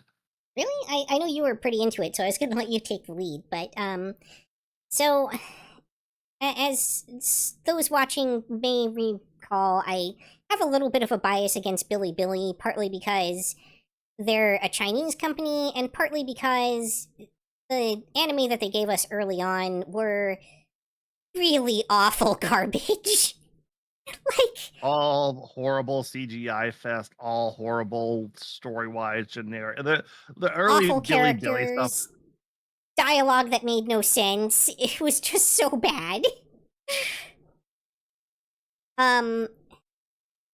This one, while not nearly as good as To Be Hero X that we saw last season, is still a huge step up by their standards compared to some of those past shows. And it's saying something that a huge step up for their standards gets them into, like, the isekai trash category.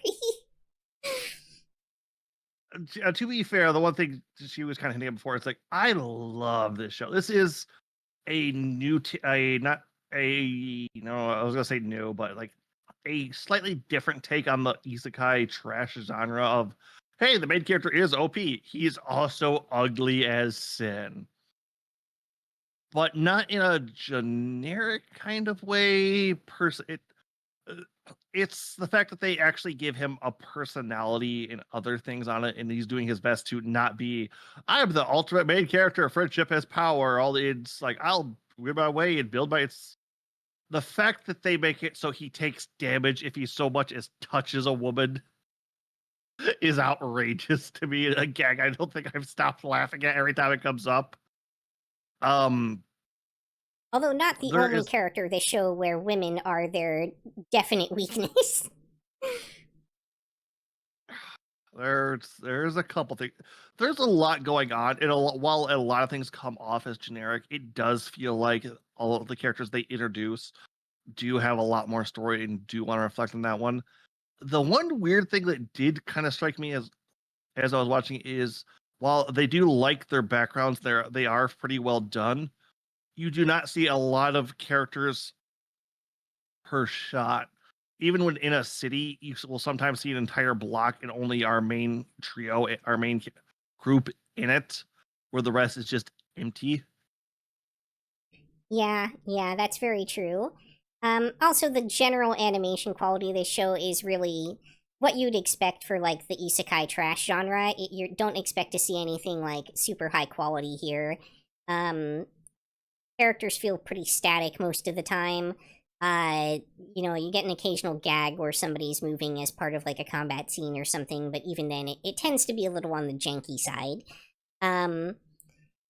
As you alluded to, yeah, the show does feel a little bit unique in some respects. Like, they have a few good ideas that they're putting into it.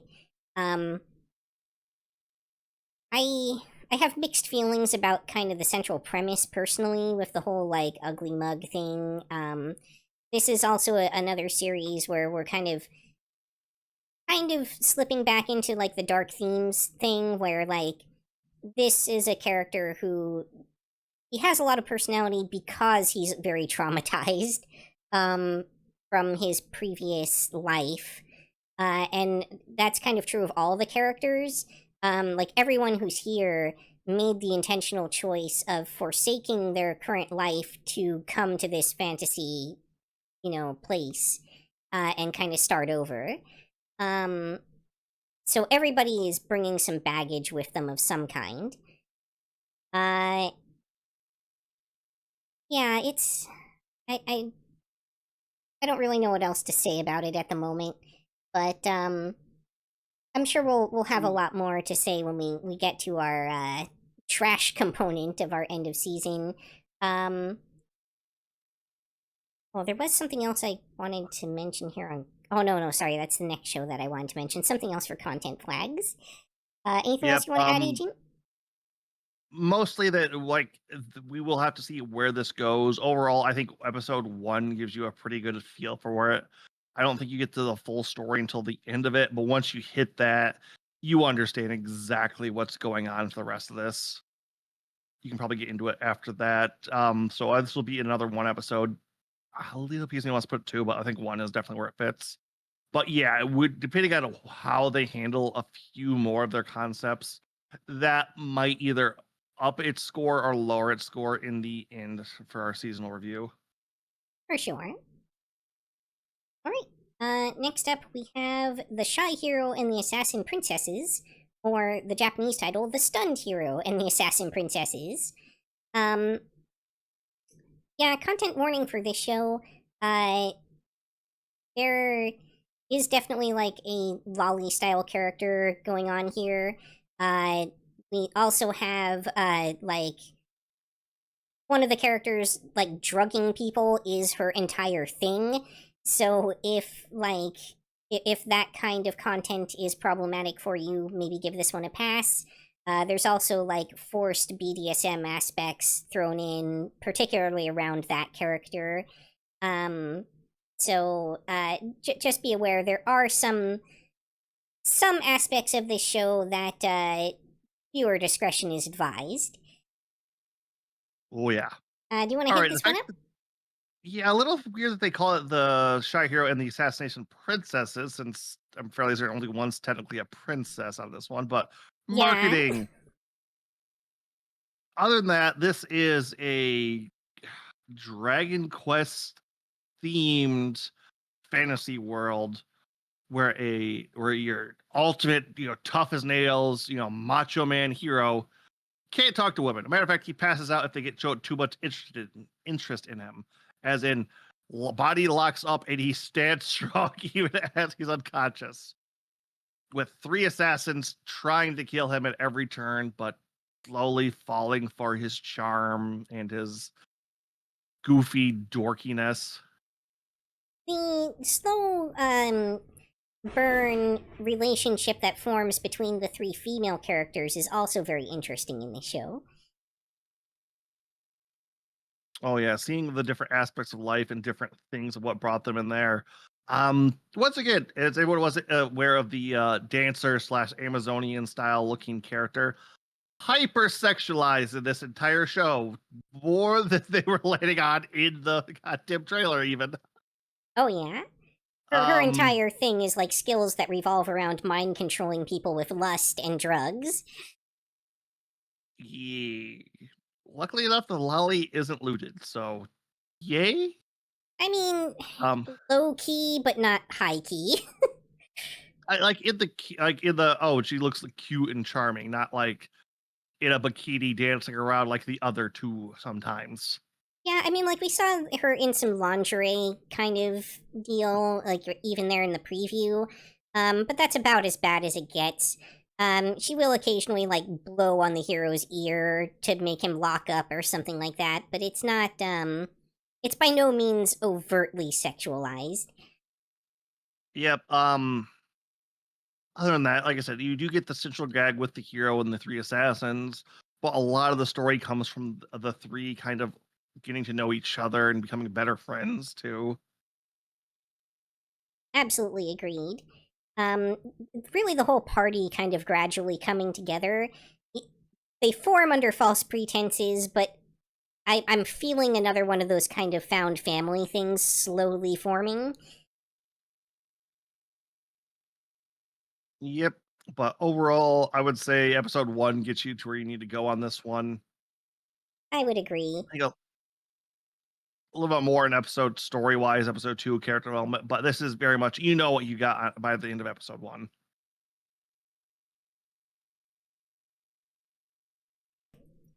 All right then, what do we have next, Yuki? Next up we have Welcome to the Outcasts Restaurant. Now, content warning for this one, this is deceptively dark. This one definitely does feature, like, attempted sexual assault, as well as, like, bullying and a number of other themes that are kind of on the dark side. Even though it's wrapped in this sort of charming exterior package.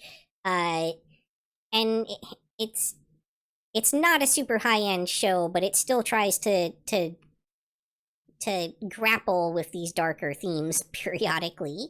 Sorry, one other, this one's a little bit of a spoiler, but one other content warning I completely forgot to mention there.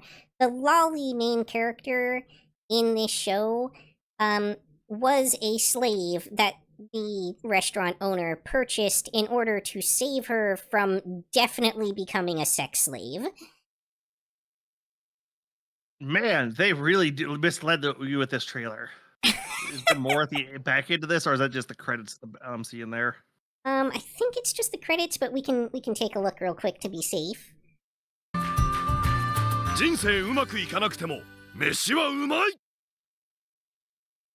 We missed one phrase. Yeah, okay then.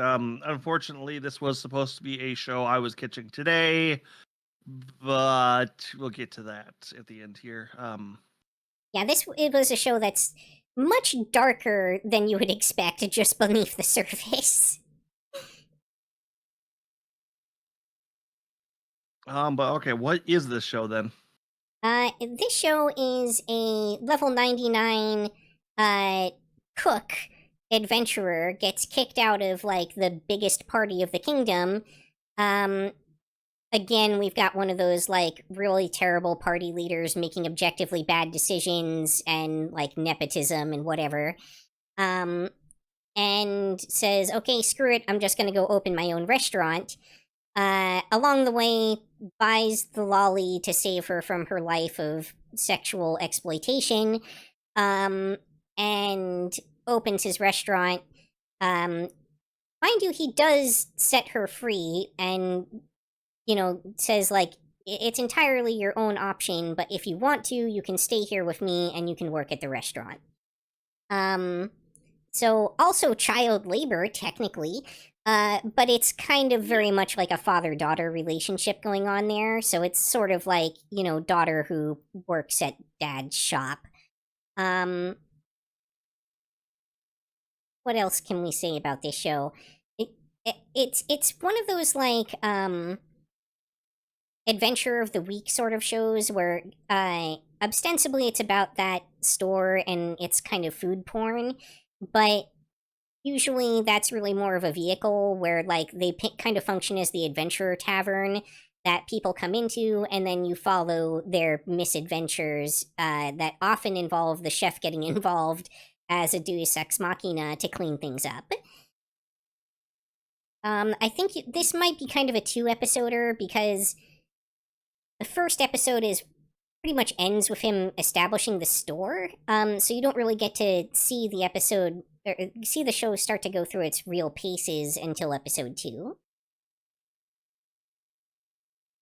All right, that sounds a lot better. I think I remember you commenting that some of the really darker stuff hits in episode 2 as well. Yes, I believe episode 2 was where we start to see the sexual assault pop up. Oof. Okay. Oh yeah, because I'm starting to look at this list, and we're starting to get a little darker with this. Yep. All right. Next up, we've got Turkey, Time to Strike. The Bowling Girls Alright. anime. Definitely the Bowling Girls anime. Bull fucking shit. Fuck you. Yeah, so what Agent is alluding to here is this entire preview is basically a complete lie about what this series is. Okay. I'm gonna start because I've commented on a couple people about this. Hey, there's this bowling anime about cute girls in their bowling club. Episode 2 has a guy get decapitated, and I've At kind the of start left of it the at that. episode, even. Yes. So Spoilers okay, will follow, by the way, and have already Yes. begun.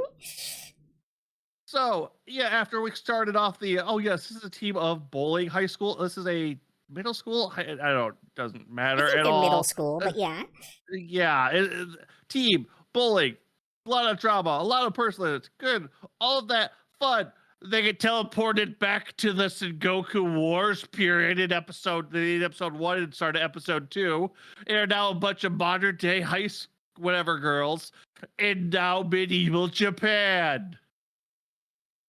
Yeah.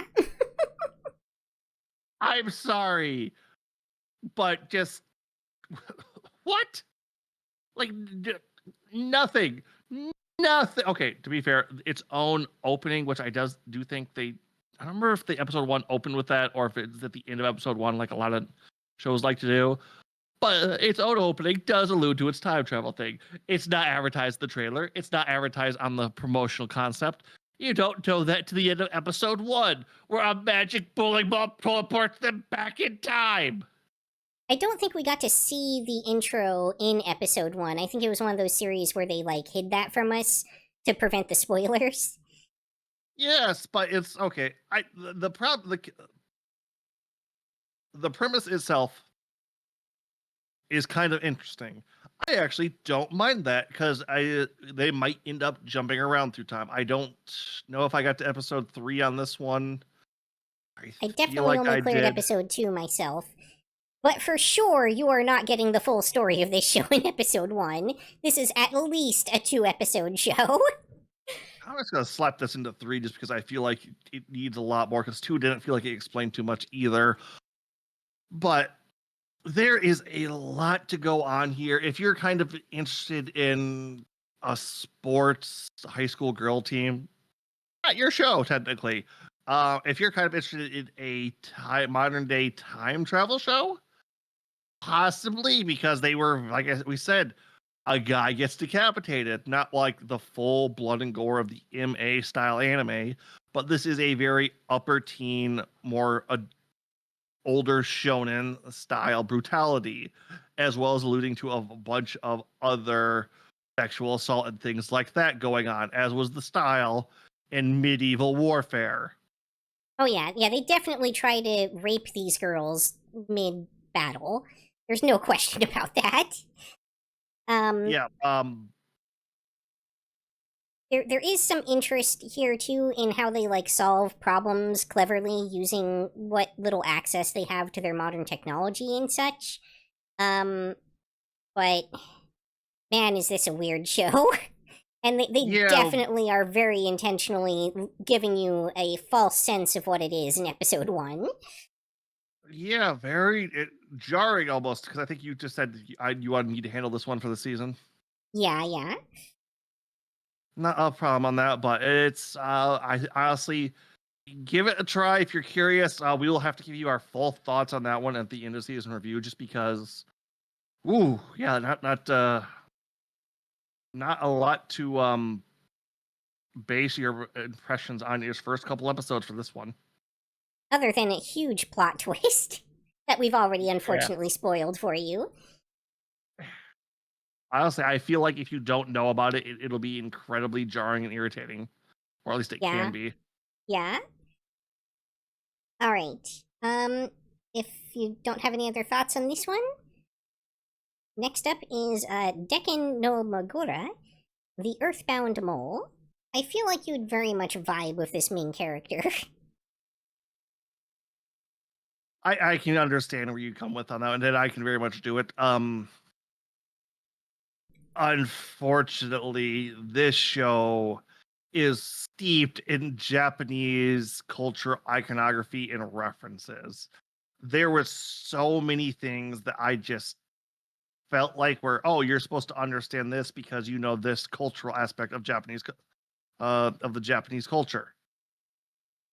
I just went right over my head, and I did not enjoy watching the one episode I did on this one. This was a pseudo mystery kind of show with a bit of spiritualism mixed in. It tried to explain itself, but it comes off as dull and boring. Dull and boring are the two concepts that straight out to me right away. The art style is kind of that older, I want to say 90s, early, not late 80s, but there was just so much in this show I just could not understand or did not get and turned into a snooze fest because of that. Unfortunately. Oh, okay. So, note on the dark aspect of this show. It's not a major spoiler, but is a minor one, sort of, episode 1 business. To mention that the main character is technically immortal in the sense that he has been banished from the afterlife and thus cannot die. That doesn't mean he can't suffer and feel pain, but it does mean that he will not be, like, no matter how old or decrepit or injured he gets, he will never pass on. And if you know anything about the very similar Greek myth that involves that is its own form of torture and its own sort of purgatory or hell. Yeah, it's like I said, it's I feel like I need to do research per episode on this show to understand its jokes and concepts in so many areas. And normally, I'm all about lore. I like cultural thing. It's this. I don't. Maybe it's doing better in Japan. Maybe if you're Japanese, it's a pretty easy to understand, and you get a lot more of the jokes. If you are, let me know because I can't get it, and I don't believe you watch too much of this, if any of it, Yuki. I also only got one episode into this one. Yeah. I don't know. Is there anything else you would like to add on this? Not really. I mean, yeah, it definitely had that older style and feel to it. But it definitely didn't grab me very hard either. I could, you know, I don't really know where to rank this one in terms of how much you need to see. I feel like they kind of explained everything we needed to know about the show in episode 1, but at the same time, since it really isn't catching either of us, maybe this one is a skip. I feel fine throwing it in there. I watched episode 1. I can't remember most of it. I just remember the parts that confused me, and that's about it. It's just I hate to rip out a show just that much, especially at the start, but I couldn't get just nothing on pulled me in. Yeah, there wasn't anything overtly bad about it. It was hard to get interested in it. And that's a tough way to feel like to end up feeling about a show after episode 1. Especially in an era where shows have gotten much better at, like, you know, front loading some kind of hook for you to get you interested. And when it's got so much competition. Yeah, especially this season because we have some stuff still down here. We sure do. Alright, next up we've got Togen Anki. As you can see, things are getting darker. That being said, this looks like to be another big shonen coming out. Well, I don't know about that. I mean, they gave it an ending theme by Bandmaid, which is what we were just listening to. Some of you may remember Bandmaid as the band from Rock is a Lady's Modesty last season. So their stuff is pretty decent. But, like, I don't see this taking off as a major shonen title, given that in the combat scenes they have a tendency to suddenly and inexplicably switch over to 3D CGI models that look like they came straight out of a PS3 game.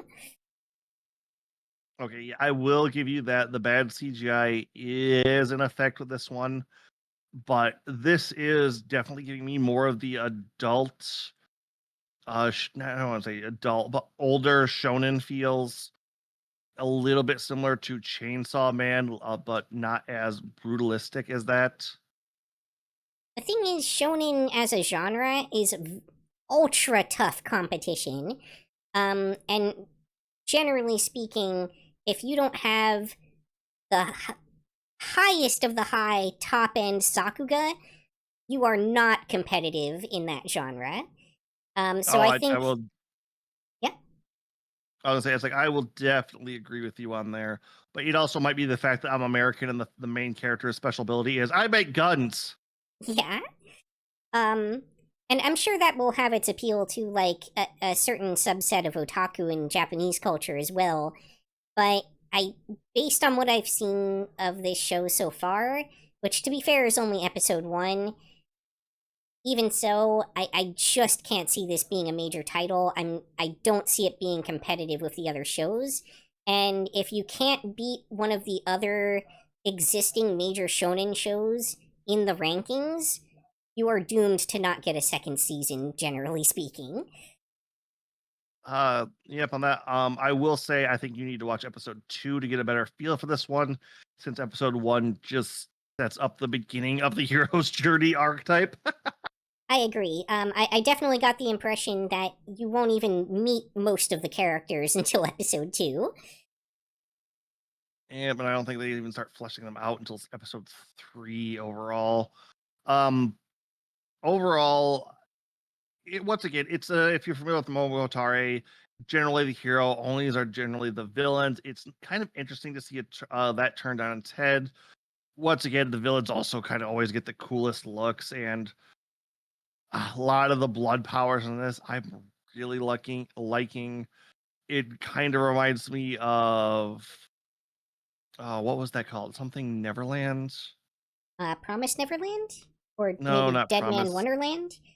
Dead Man Wonderland. That's the one I was thinking of. With all the blood aspect to it. I will also point out that while the Oni powers look decent, the Momotaro powers look absolutely awful and janky. They really could have done better with those. My power is black particle effect. Yeah. 13.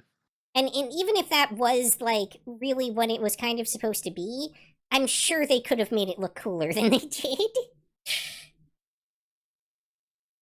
Yeah, but all right, Yuki. I'm looking at the rest of these. We only probably have a couple more before we have to give our final warnings, don't we? Yep, that's about right. Next up, we get back into some of our more apocalyptic shows, which again still remain on kind of the lower end of the darkness spectrum, with Night of the Living Cat.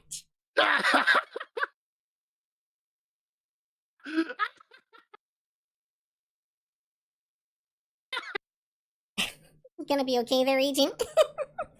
Oh, I'm sorry. This is like I was expecting some comedy, some jokes in this one. This show took me by surprise with how much I liked it. See, now, you would think this show would be a shoo-in for me, but actually, I wasn't that keen on this one. Yeah, I can feel the CGI really kicking you away from this. Yeah, that is part of it, but I'll get into more detail than that as well. So I've learned, just as a reference point for everybody, this show was directed by a well-known and respected Japanese live-action horror movie director. Unfortunately, this is his first time doing anything animated, and that kind of shows as part of where some of the problems come in, I think. As Agent mentioned, there's also the awful CGI. That makes me very sad, especially because when you're dealing with cats, especially in a plot premise like this, one of the main things that you're looking for is for those cats to be very cute, charming, and appealing, and they did not capture that at all. Even in the scenes where the cats are actually hand animated, they're still not very appealing. Which really bums me out because I really wanted to like this show. Where this show shines to me is the more horror-oriented scenes where there's this juxtaposition of how, like, absurd it is that what they're scared of is cats, and, like, the way that people can't help but try to engage with the cats even though they know that it will doom them. Like, those parts are great. Unfortunately, we spend a huge amount of our time in flashbacks with characters that have the personality of wet cardboard. And it feels like those scenes are supposed to be carried by the cats, and they're very much not, in my opinion. The show could really do without, like, any of the flashback scenes. If they cut all those, it would be a much better show. Yeah, that being said, what we have here is a not a demake, but a parody kind of like of I'm trying to think of what the movie was called, but instead of a horrible monster, it's something that doesn't look like it, kind of how like South Park did their 3-part special, The Giant Guinea Pigs. There's an old movie that's constantly referenced that's giant rabbits destroying a town. This is kind of in that vein, only your zombie apocalypse, but with cats. There's a bunch. The jokes are where this is really shining off to me. Just the Yeah. sheer comedic of, oh no, the cat's squirming through this small hole. How could it fit through that? Did explain about that. I'll probably say one of the oddest things turned out to be a real enjoyment for me is the cats they almost turned this into a PSA in several parts of, Yeah. oh yeah, you have to do this for your cats, or you need to handle this, or you need to be taken care of like this, or they have this kind of personality. Remember that If you're feeding trying to, rice is not good for them, and like, yeah, this is a zombie apocalypse show with cats. It's also a PSA about owning a cat. Now that you say the director is very much influenced a live action horror person, I can see that a lot more. A lot of the basic zombie horror tropes and concepts like that, I can spot. They're doing this or they're doing that, and I think that comes a little bit more in play to me with a lot of the flashbacks. yeah. Now, the other thing is like you mentioned some of the other movies that this kind of feels similar to or like references. The thing that I can't help but keep comparing this to is Gyo by Junji Ito. Because it feels like it was very much trying to be that same style of film in some senses, where like the threat is very absurd, but what's scary about it is how, even with how absurd it is, it's still capable of destroying society. Um, but it just doesn't do nearly as good of a job as that show does. Yeah, honestly, like the comparison I'm going to make, what thought this would be was it Shaun of the Dead? Yeah, I could see that in terms of like the humor style. Yeah. So maybe it'll get a little bit better as we go.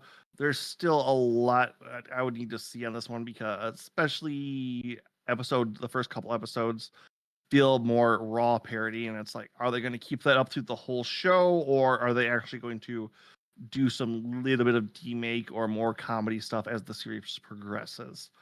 That will be where a lot of zombie shows really live or die, is like, how do they end? Yeah, I feel like they're really definitely setting up some plot there. I won't spoil it with my takes on what seems to be the obvious hints that they're throwing us, but I would say one episode, though, gets you everything you need to know about this. Maybe yeah, that seems further on, fair. but even if you get to 3, you're on the same kind of story with more slowly unfolding. You're not going to see any big differences on there yet. Yeah. All right. Well, next up is Onmyo Kaiten Rebirth Verse. Okay, I know you bounced off of this right away, it seemed like. Any particular reason? Yeah, I bounced pretty hard both off of the CG combat and off of the characters. Okay, yeah. So start off, yeah, there is some heavy use of CGI. I wouldn't say it's god awful looking. It's just very CGI esque It's overall. very obvious, and it's definitely not the highest quality out there, but it's not sinfully bad. Yep. Overall, I don't want to say it feels base shonen isekai, but I think I compared it to Re:Zero with Mex Yuki. And Yeah, this I wouldn't does put it have on the same quality level as Re:Zero at all, but I see where you're going with the comparison. there they don't properly explain what kind of worlds are going on. This is definitely supposed to be explained as the series progresses. They're using the main character's isekai problem as a way to slowly explain the world to the audience, as he is the stand-in, while also the characters into the world are wondering, like, what the heck's with this guy and all of his weird powers, is the other side of that. um this is a fun shonen battle show. Little bit of mechs, some weird time travel stuff, which I won't get into if you do want to, anyone who wants to get into this. But overall, if this can go to a good place, especially as an original, I can see it doing good. The fact that it's David production, the guys behind JoJo, means these people generally know their shonen pretty well, so I'm hopeful on that end. But there could be a lot of missteps, especially with an original series. Yeah, a lot of what drove JoJo was it being such like a legendary manga that they were adapting. So I wouldn't expect them to be able to live up to that kind of quality level on this story. Yeah, overall though, episode 1, while not getting you fully into the plot, does pretty much explain everything you need to know and gives you a feel for how the series is going to progress overall. I don't think too much past that needs to be watched to know if you will like it or not. Fair enough. I believe this one also has a simul-dub as well. Maybe? I wouldn't be surprised. Yep. I remember watching this in dub, so probably. If it is, though, it probably lags at least one episode behind or something, because when I watched it, it defaulted to sub, even though I've got my settings set to default to dubs where available. No, mine do too, and it's defaulting to sub for me for some reason on this one. I don't know if Crunchyroll's having some problems with that, but Oh, that might explain why I didn't notice some of the shows being dubbed then. yeah, apparently you have to switch it. The last show you watched was in Japanese or something like that. I don't know what's going on, but it was one of those. I picked it up on one and then going to the next one, like, oh, I wonder if this could have dub. Saw it did. It's like, wait, what? And then saw it was with per episode up to the current one. So it's something to keep an eye out for, I would say then. All right. Next up is We Have Bloodborne at Home, the anime, Lord of Mysteries. Sorry. Before we go any further, I did neglect to mention here, we are getting into the very much more, content warning heavy stuff. This one does feature unaliving yourself, as part of the central plot premise. Please use discretion going forward past this point. We will do our best to give you content flags, but know that we're getting into Adult Swim territory, and you are going to start to see some heavily flagged stuff, some very dark stuff, and some very sexual themes as well for the rest of the shows past this point. That was kind of an abrupt ending to that trailer. Yeah, I felt like that wanted to go on for another 30 seconds there. But not a Billy show, weirdly enough, but this is another Chinese show. That it is. Heavy, dark, gothic horror mystery show. They really do live up to the mystery aspect of it. And this is also a shonen, more accurately in the I got reincarnated and a person who's already alive and kind of inherit all of their memories and stuff while getting all of my previous ones. So that weird subgenre and concept. I think you meant to say isekai. You said shonen there. Oh, my bad. Yep, no, isekai. My bad. But isekai where they do take over the other person's body and life kind of thing.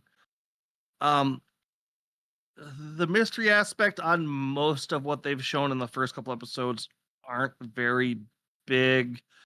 This is closer to, I would say, in feel to Witch Hunter Robin as we're going to hunt down like all these dark sorcerers or dark powered people while we are in the light, while the main character is kind of trying to figure out what's going on with himself as what's going on with the world and trying to get by in it. This definitely is a 2 episode just because 1 leaves you with so much questions and you're not sure what's going on.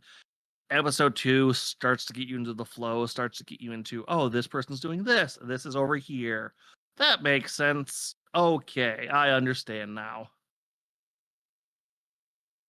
Yeah, there's definitely a lot that you have to kind of get past in terms of like proper nouns and stuff. In the beginning of this show, like I only managed to catch 1 episode of it. This is a series that has like close to 40-minute episodes, which is also very unusual. So it's definitely a time investment on that front. Um, I think only that first episode was that extra long. I think the rest of these hover around 30 full minutes, just as a I don't know. solid 30. Episode 2 said it was 36 minutes, so Okay, I might be wrong then. I don't entirely remember. This is one of those shows. This show got an early start, so it's one of the first ones I watched this season. fair enough. And because of our sheer number of shows, I haven't watched past episode 3 on anything so far. Yeah, it's been quite a flood.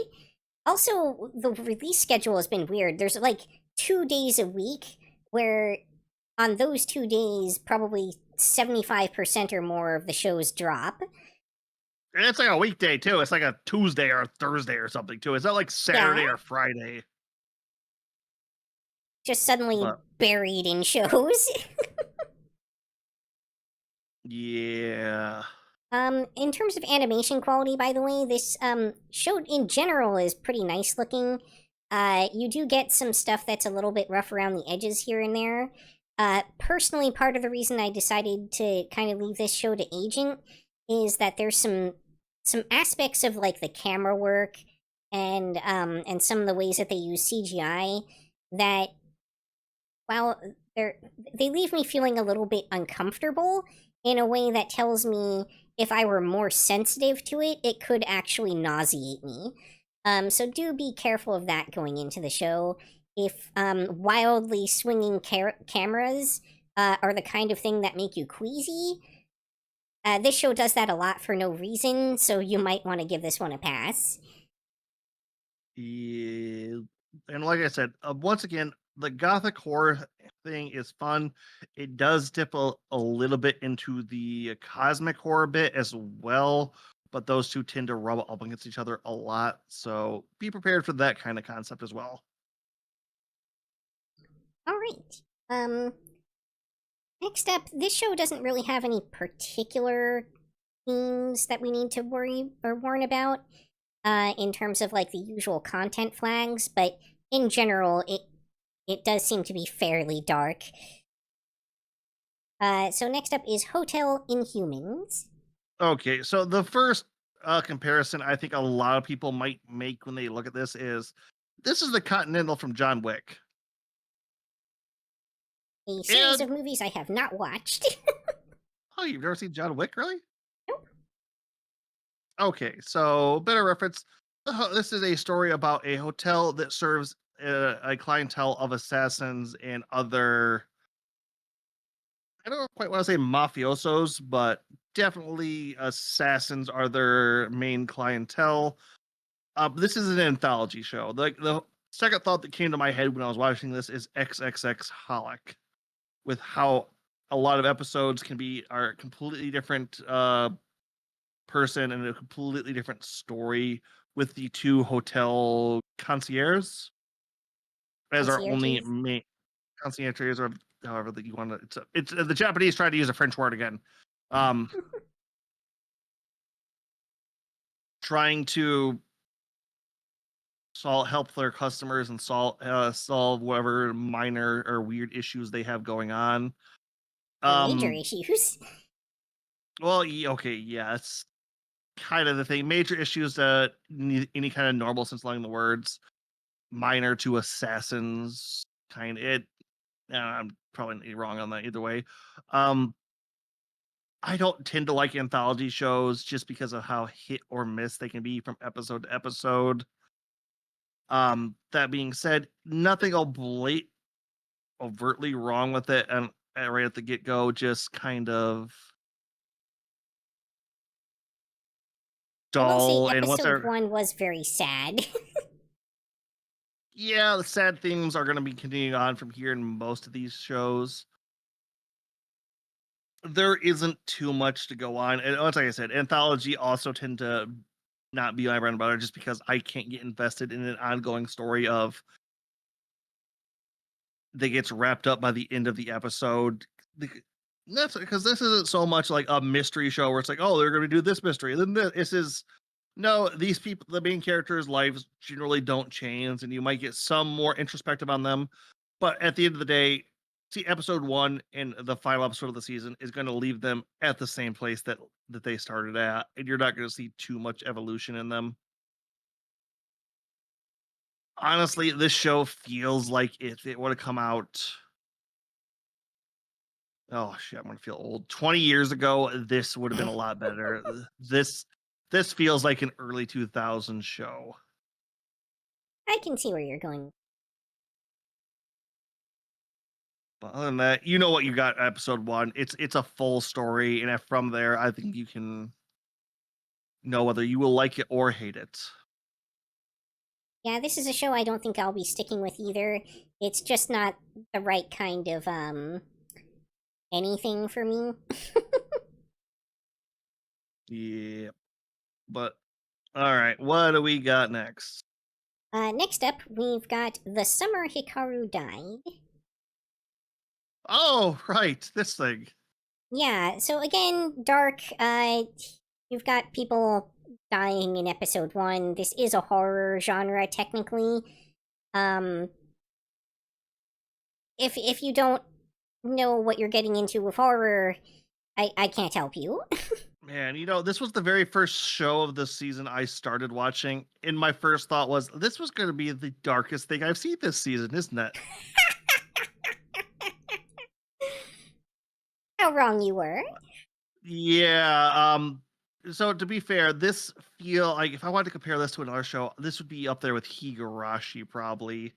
This is brutalist, dark, with a coding of everything will be fine, it's daily life, you'll get along with it. And honestly, like the Judaism like comparison feels more apt here than anything else.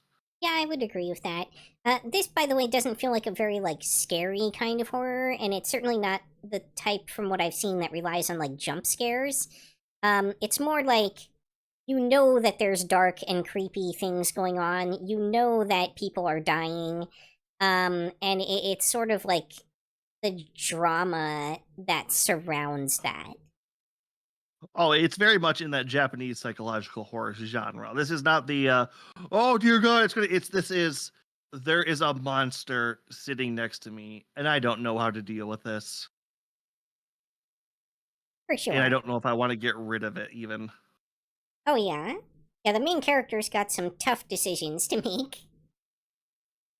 Very much so. I don't want to spoil too much for anyone who wants to get into this one, though, just from how much they throw at you in episode 1, which I think episode 1's a very good all you need to know on this show at this point, though.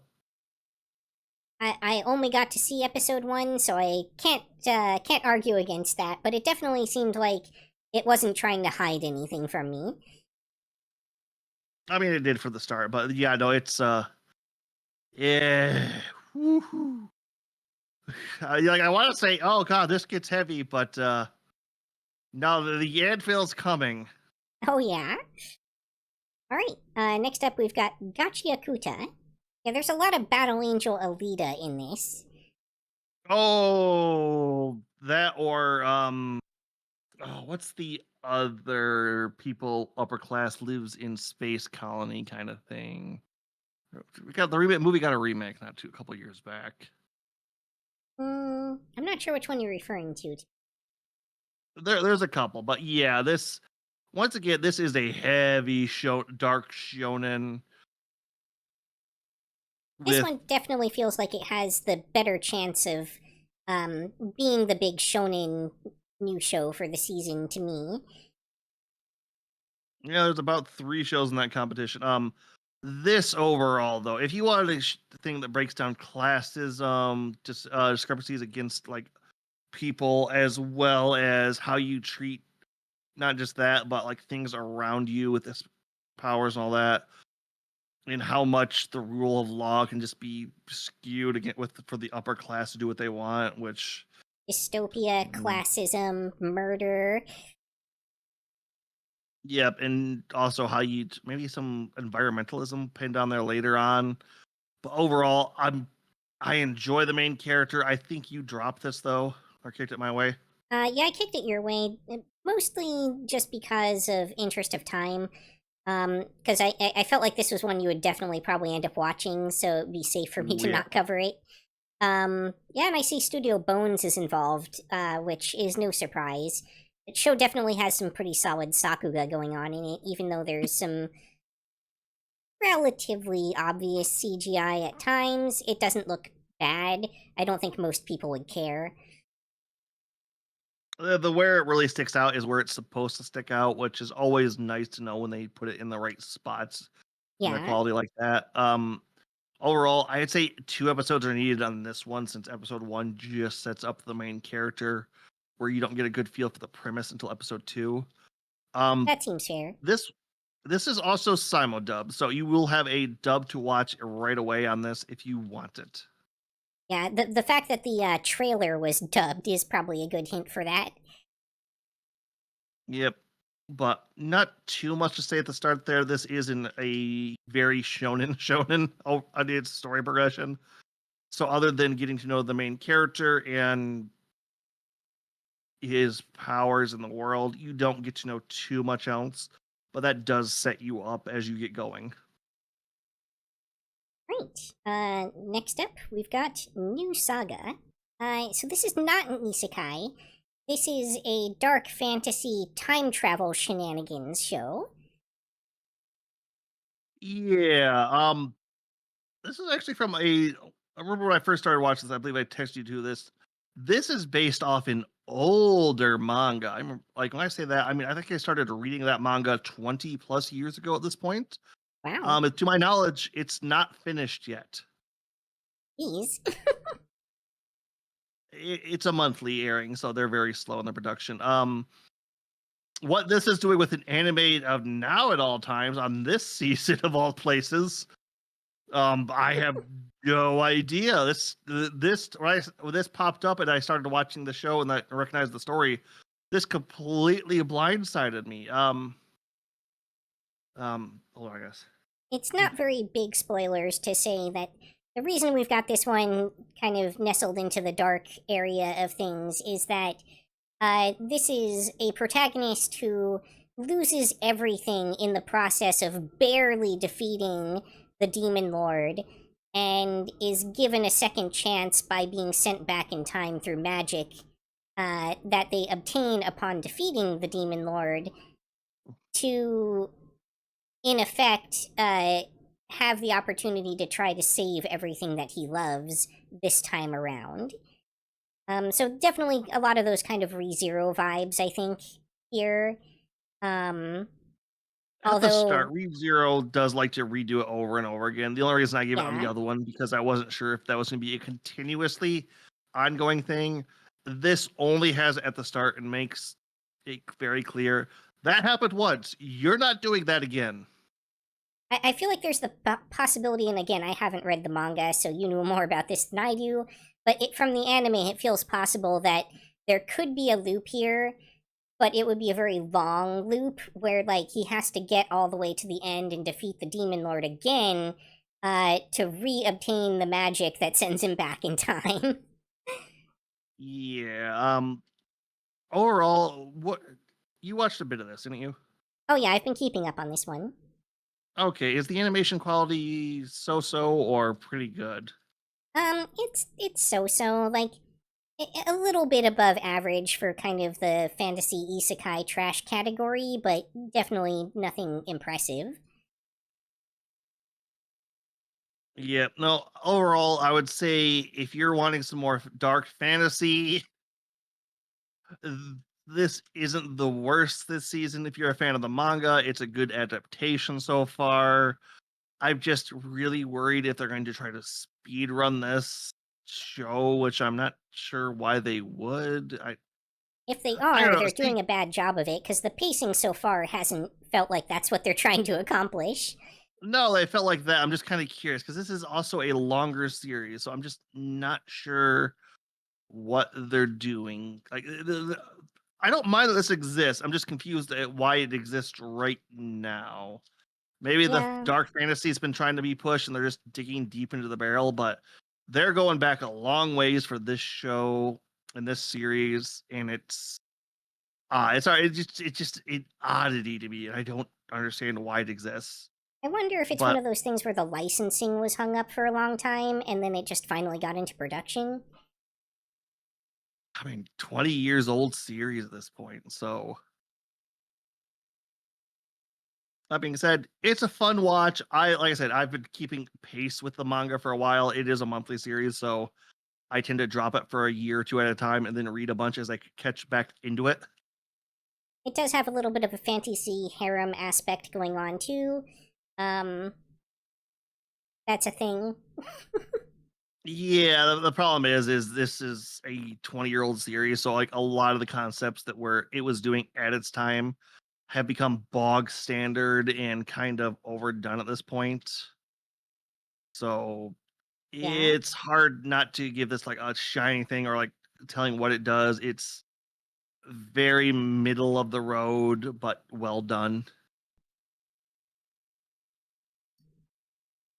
All right. Well, next up, something that's definitely not middle of the road.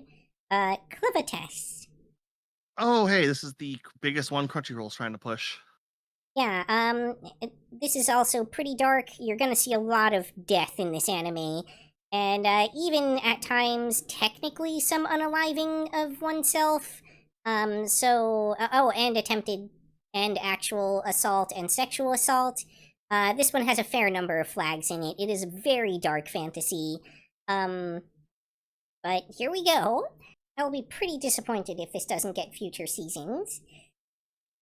Yeah, so we were kind of alluding to earlier with the shonen style. While this is the technically Berserk counts as a shonen too.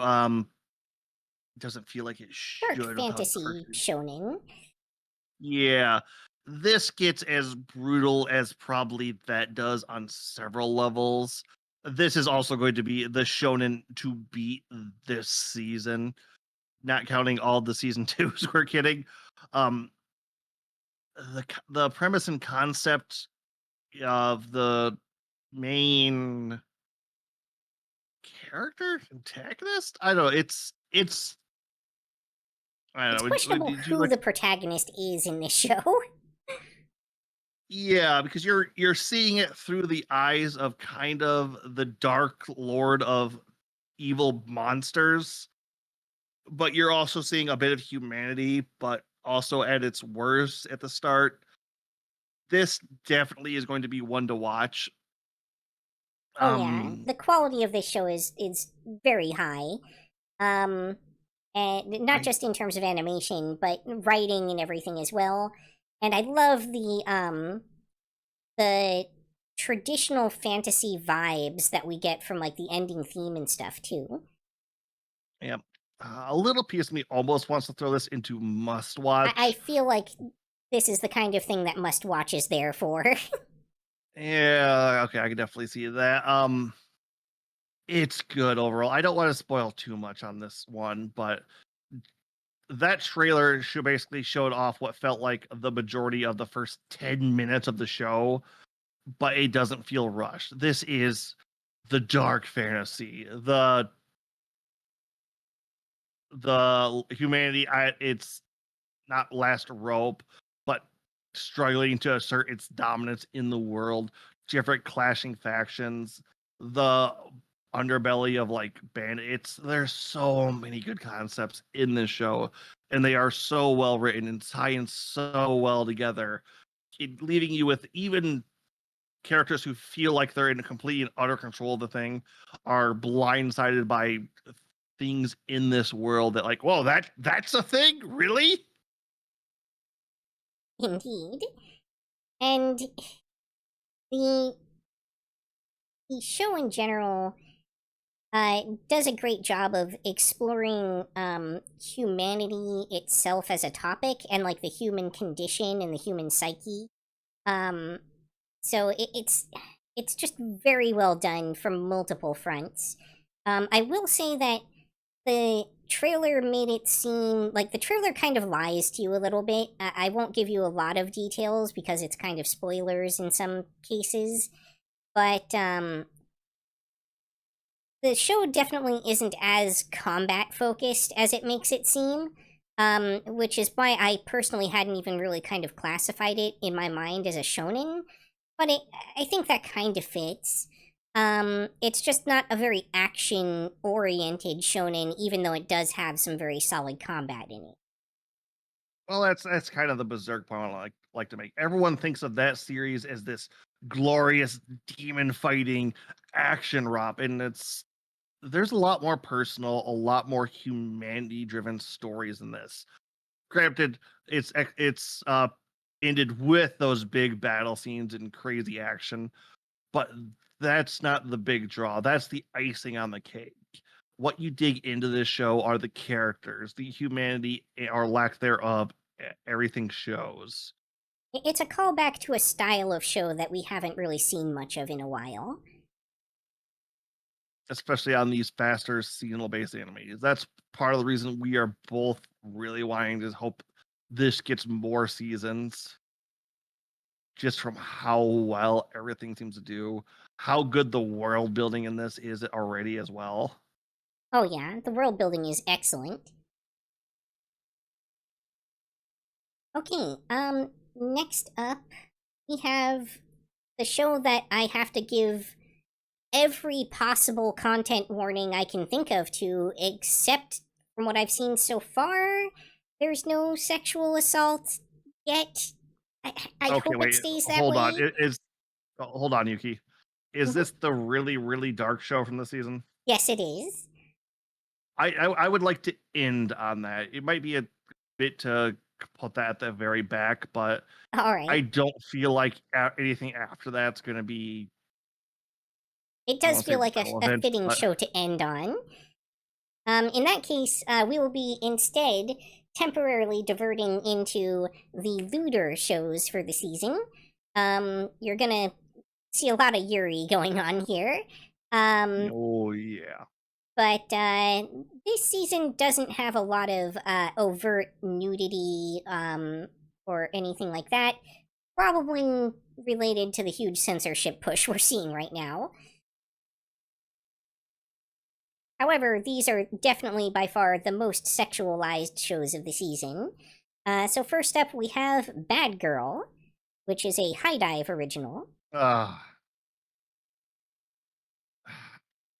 Unfortunately, this was one of the shows that hit my I'm going to finish this up just before we start shows. Yeah, this show is definitely like cute girls doing cute things, very heavy Yuri bait. It's minor spoilers, but this is the kind of show where the senpai that the main character wants to have notice her buys her a collar and dog ears to wear by the end of the first episode.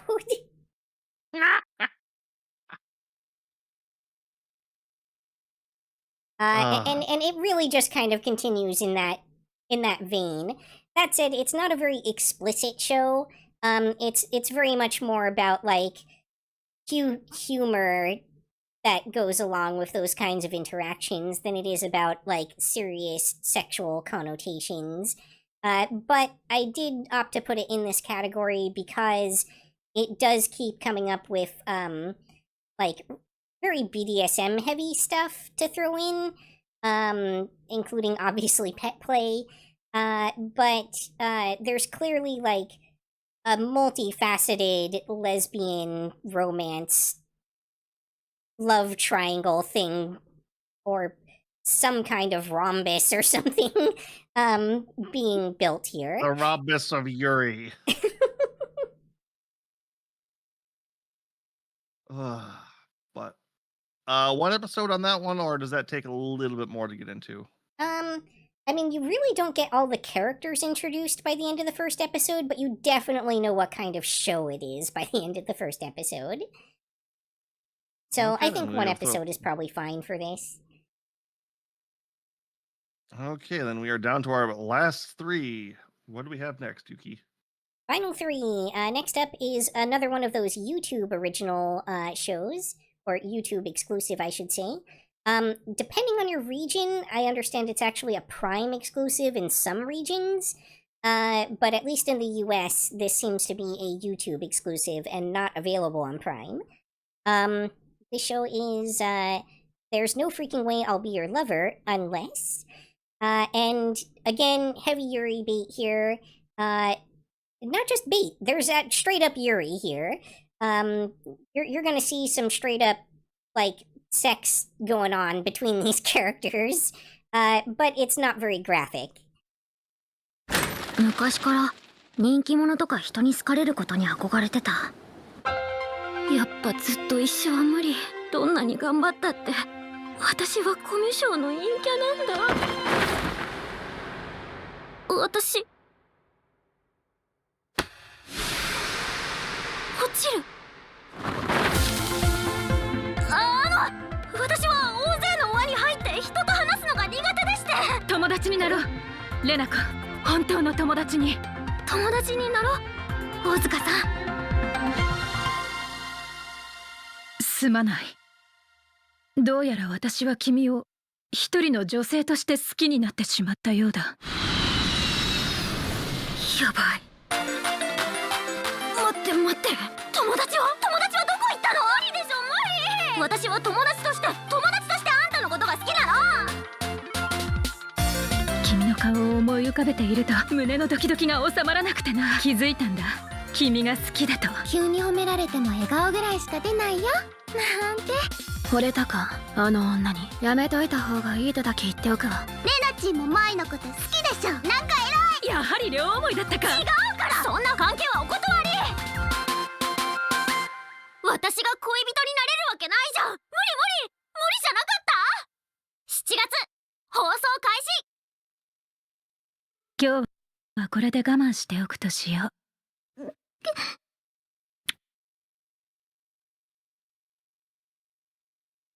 昔から。 Yeah, this show answers the question, what if Bochi was a straight up lesbian polycule anime? Yeah, unfortunately, I did not catch this one at all. Yeah, those YouTube releases, you just didn't get around to, huh? Well, there was some problems going on, but yeah, that, and I wasn't entirely sure if they were gonna be legit or not this season. It's odd with how they're doing all of that, and I just kind of missed out on them. I will definitely be catching them later on. Definitely worthwhile. It's a very interesting show. Yep. Good animation quality, by the way. Solid character interactions. There's like some really good stuff going on there in terms of like characters rejecting advances and how that is treated and things of that nature that feel much more adult and realistic than we usually see in these kinds of series. But that said, these are high school characters, so again, if sexual situations involving high schoolers is something that you are offended by, you might want to give this series a pass.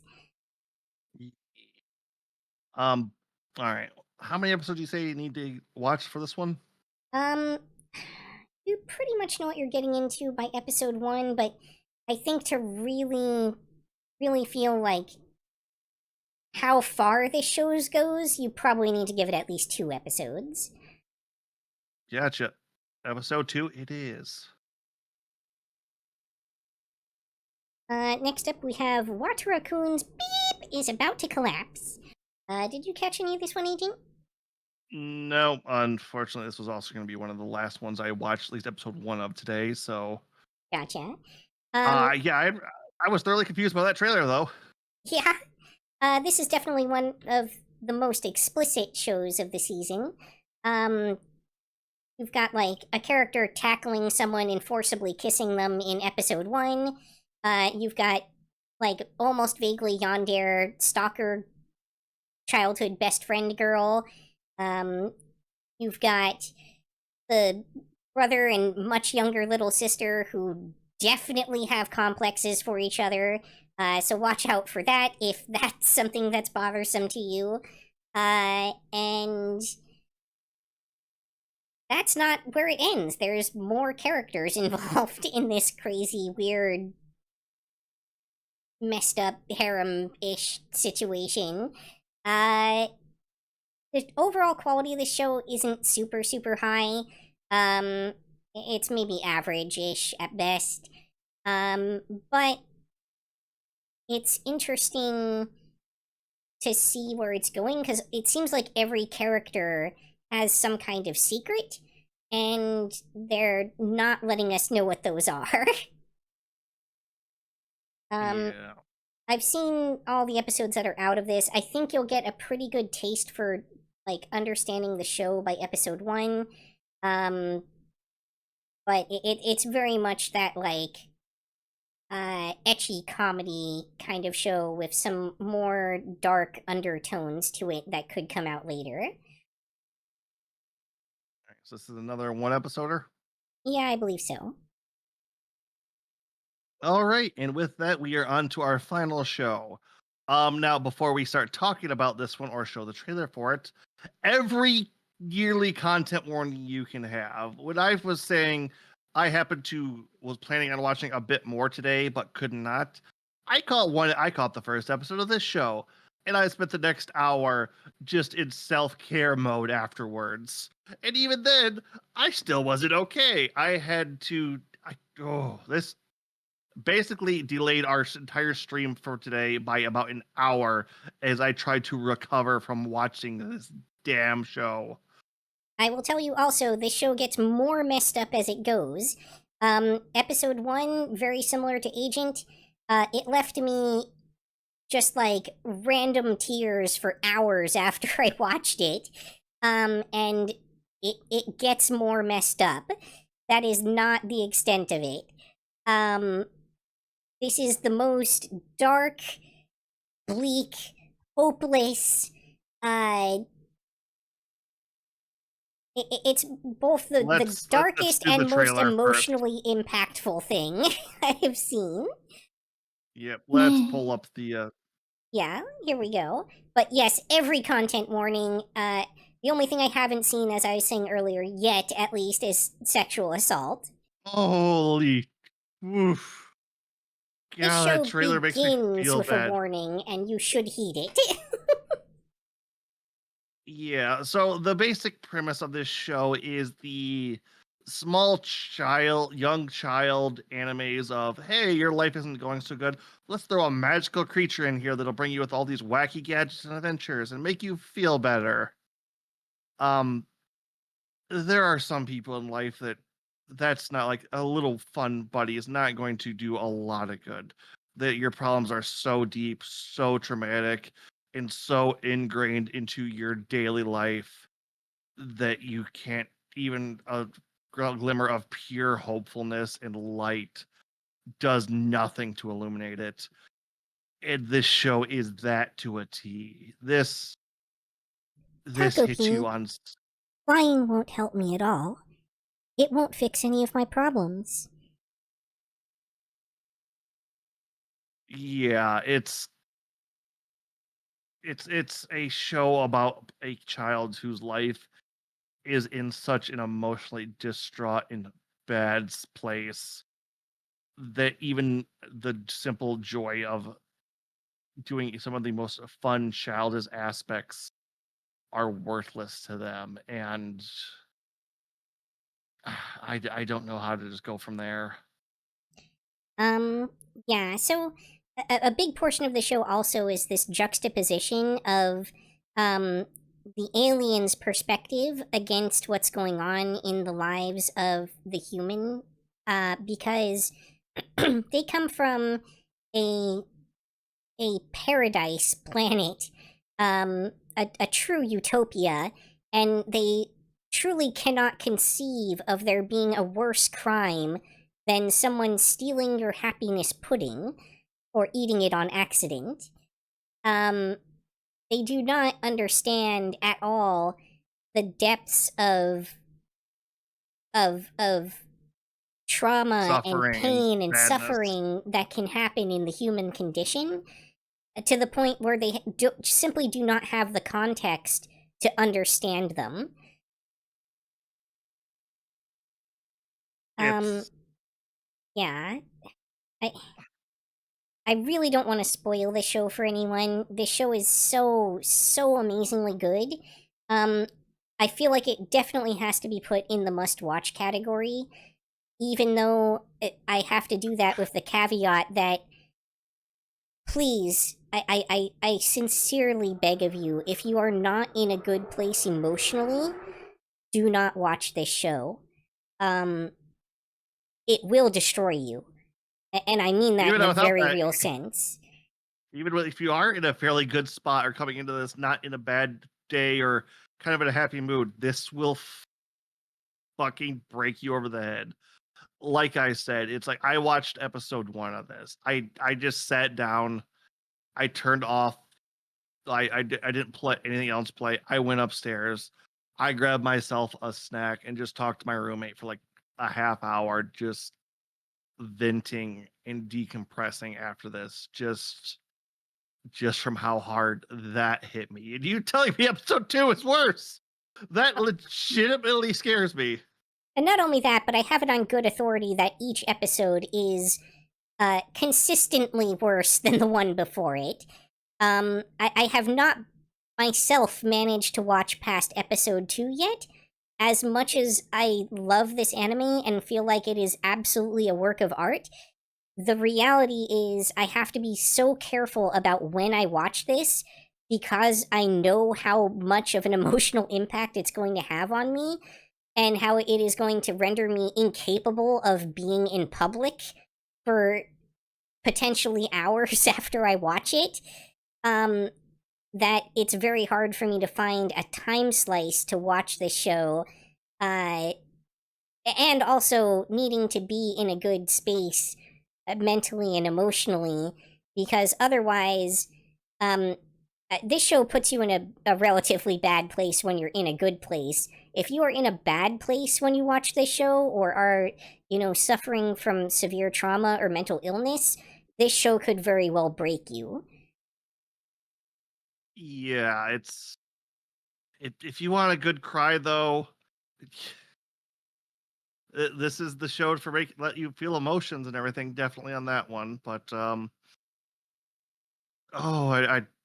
the end of season review on that's going to be something at the very least. I will throw out there that this show is only 6 episodes long, and that's probably for the better because I'm pretty sure anything beyond that would both involve in the plot and also qualify as a war crime. Yeah, but I think with this we have our list, the 1 episode feels, the 2s and the 3s, as well as 2 must-watch. I think this is the most must-watches we've ever had that don't come with a pedigree too. I feel like we may have had at least one season where we had 3 must-watches. I think you might be right on that one, but yeah, normally, it is unusual for us. Like, we have a lot of seasons where we don't even have one must-watch show. Yeah. But with that, we are going to send you guys off. Once again, this will be posted up in our Discords as well as social media platforms. Yuki, I believe I picked last time. Would you like to pick where we're heading tonight? Yeah, let me see who we've got available.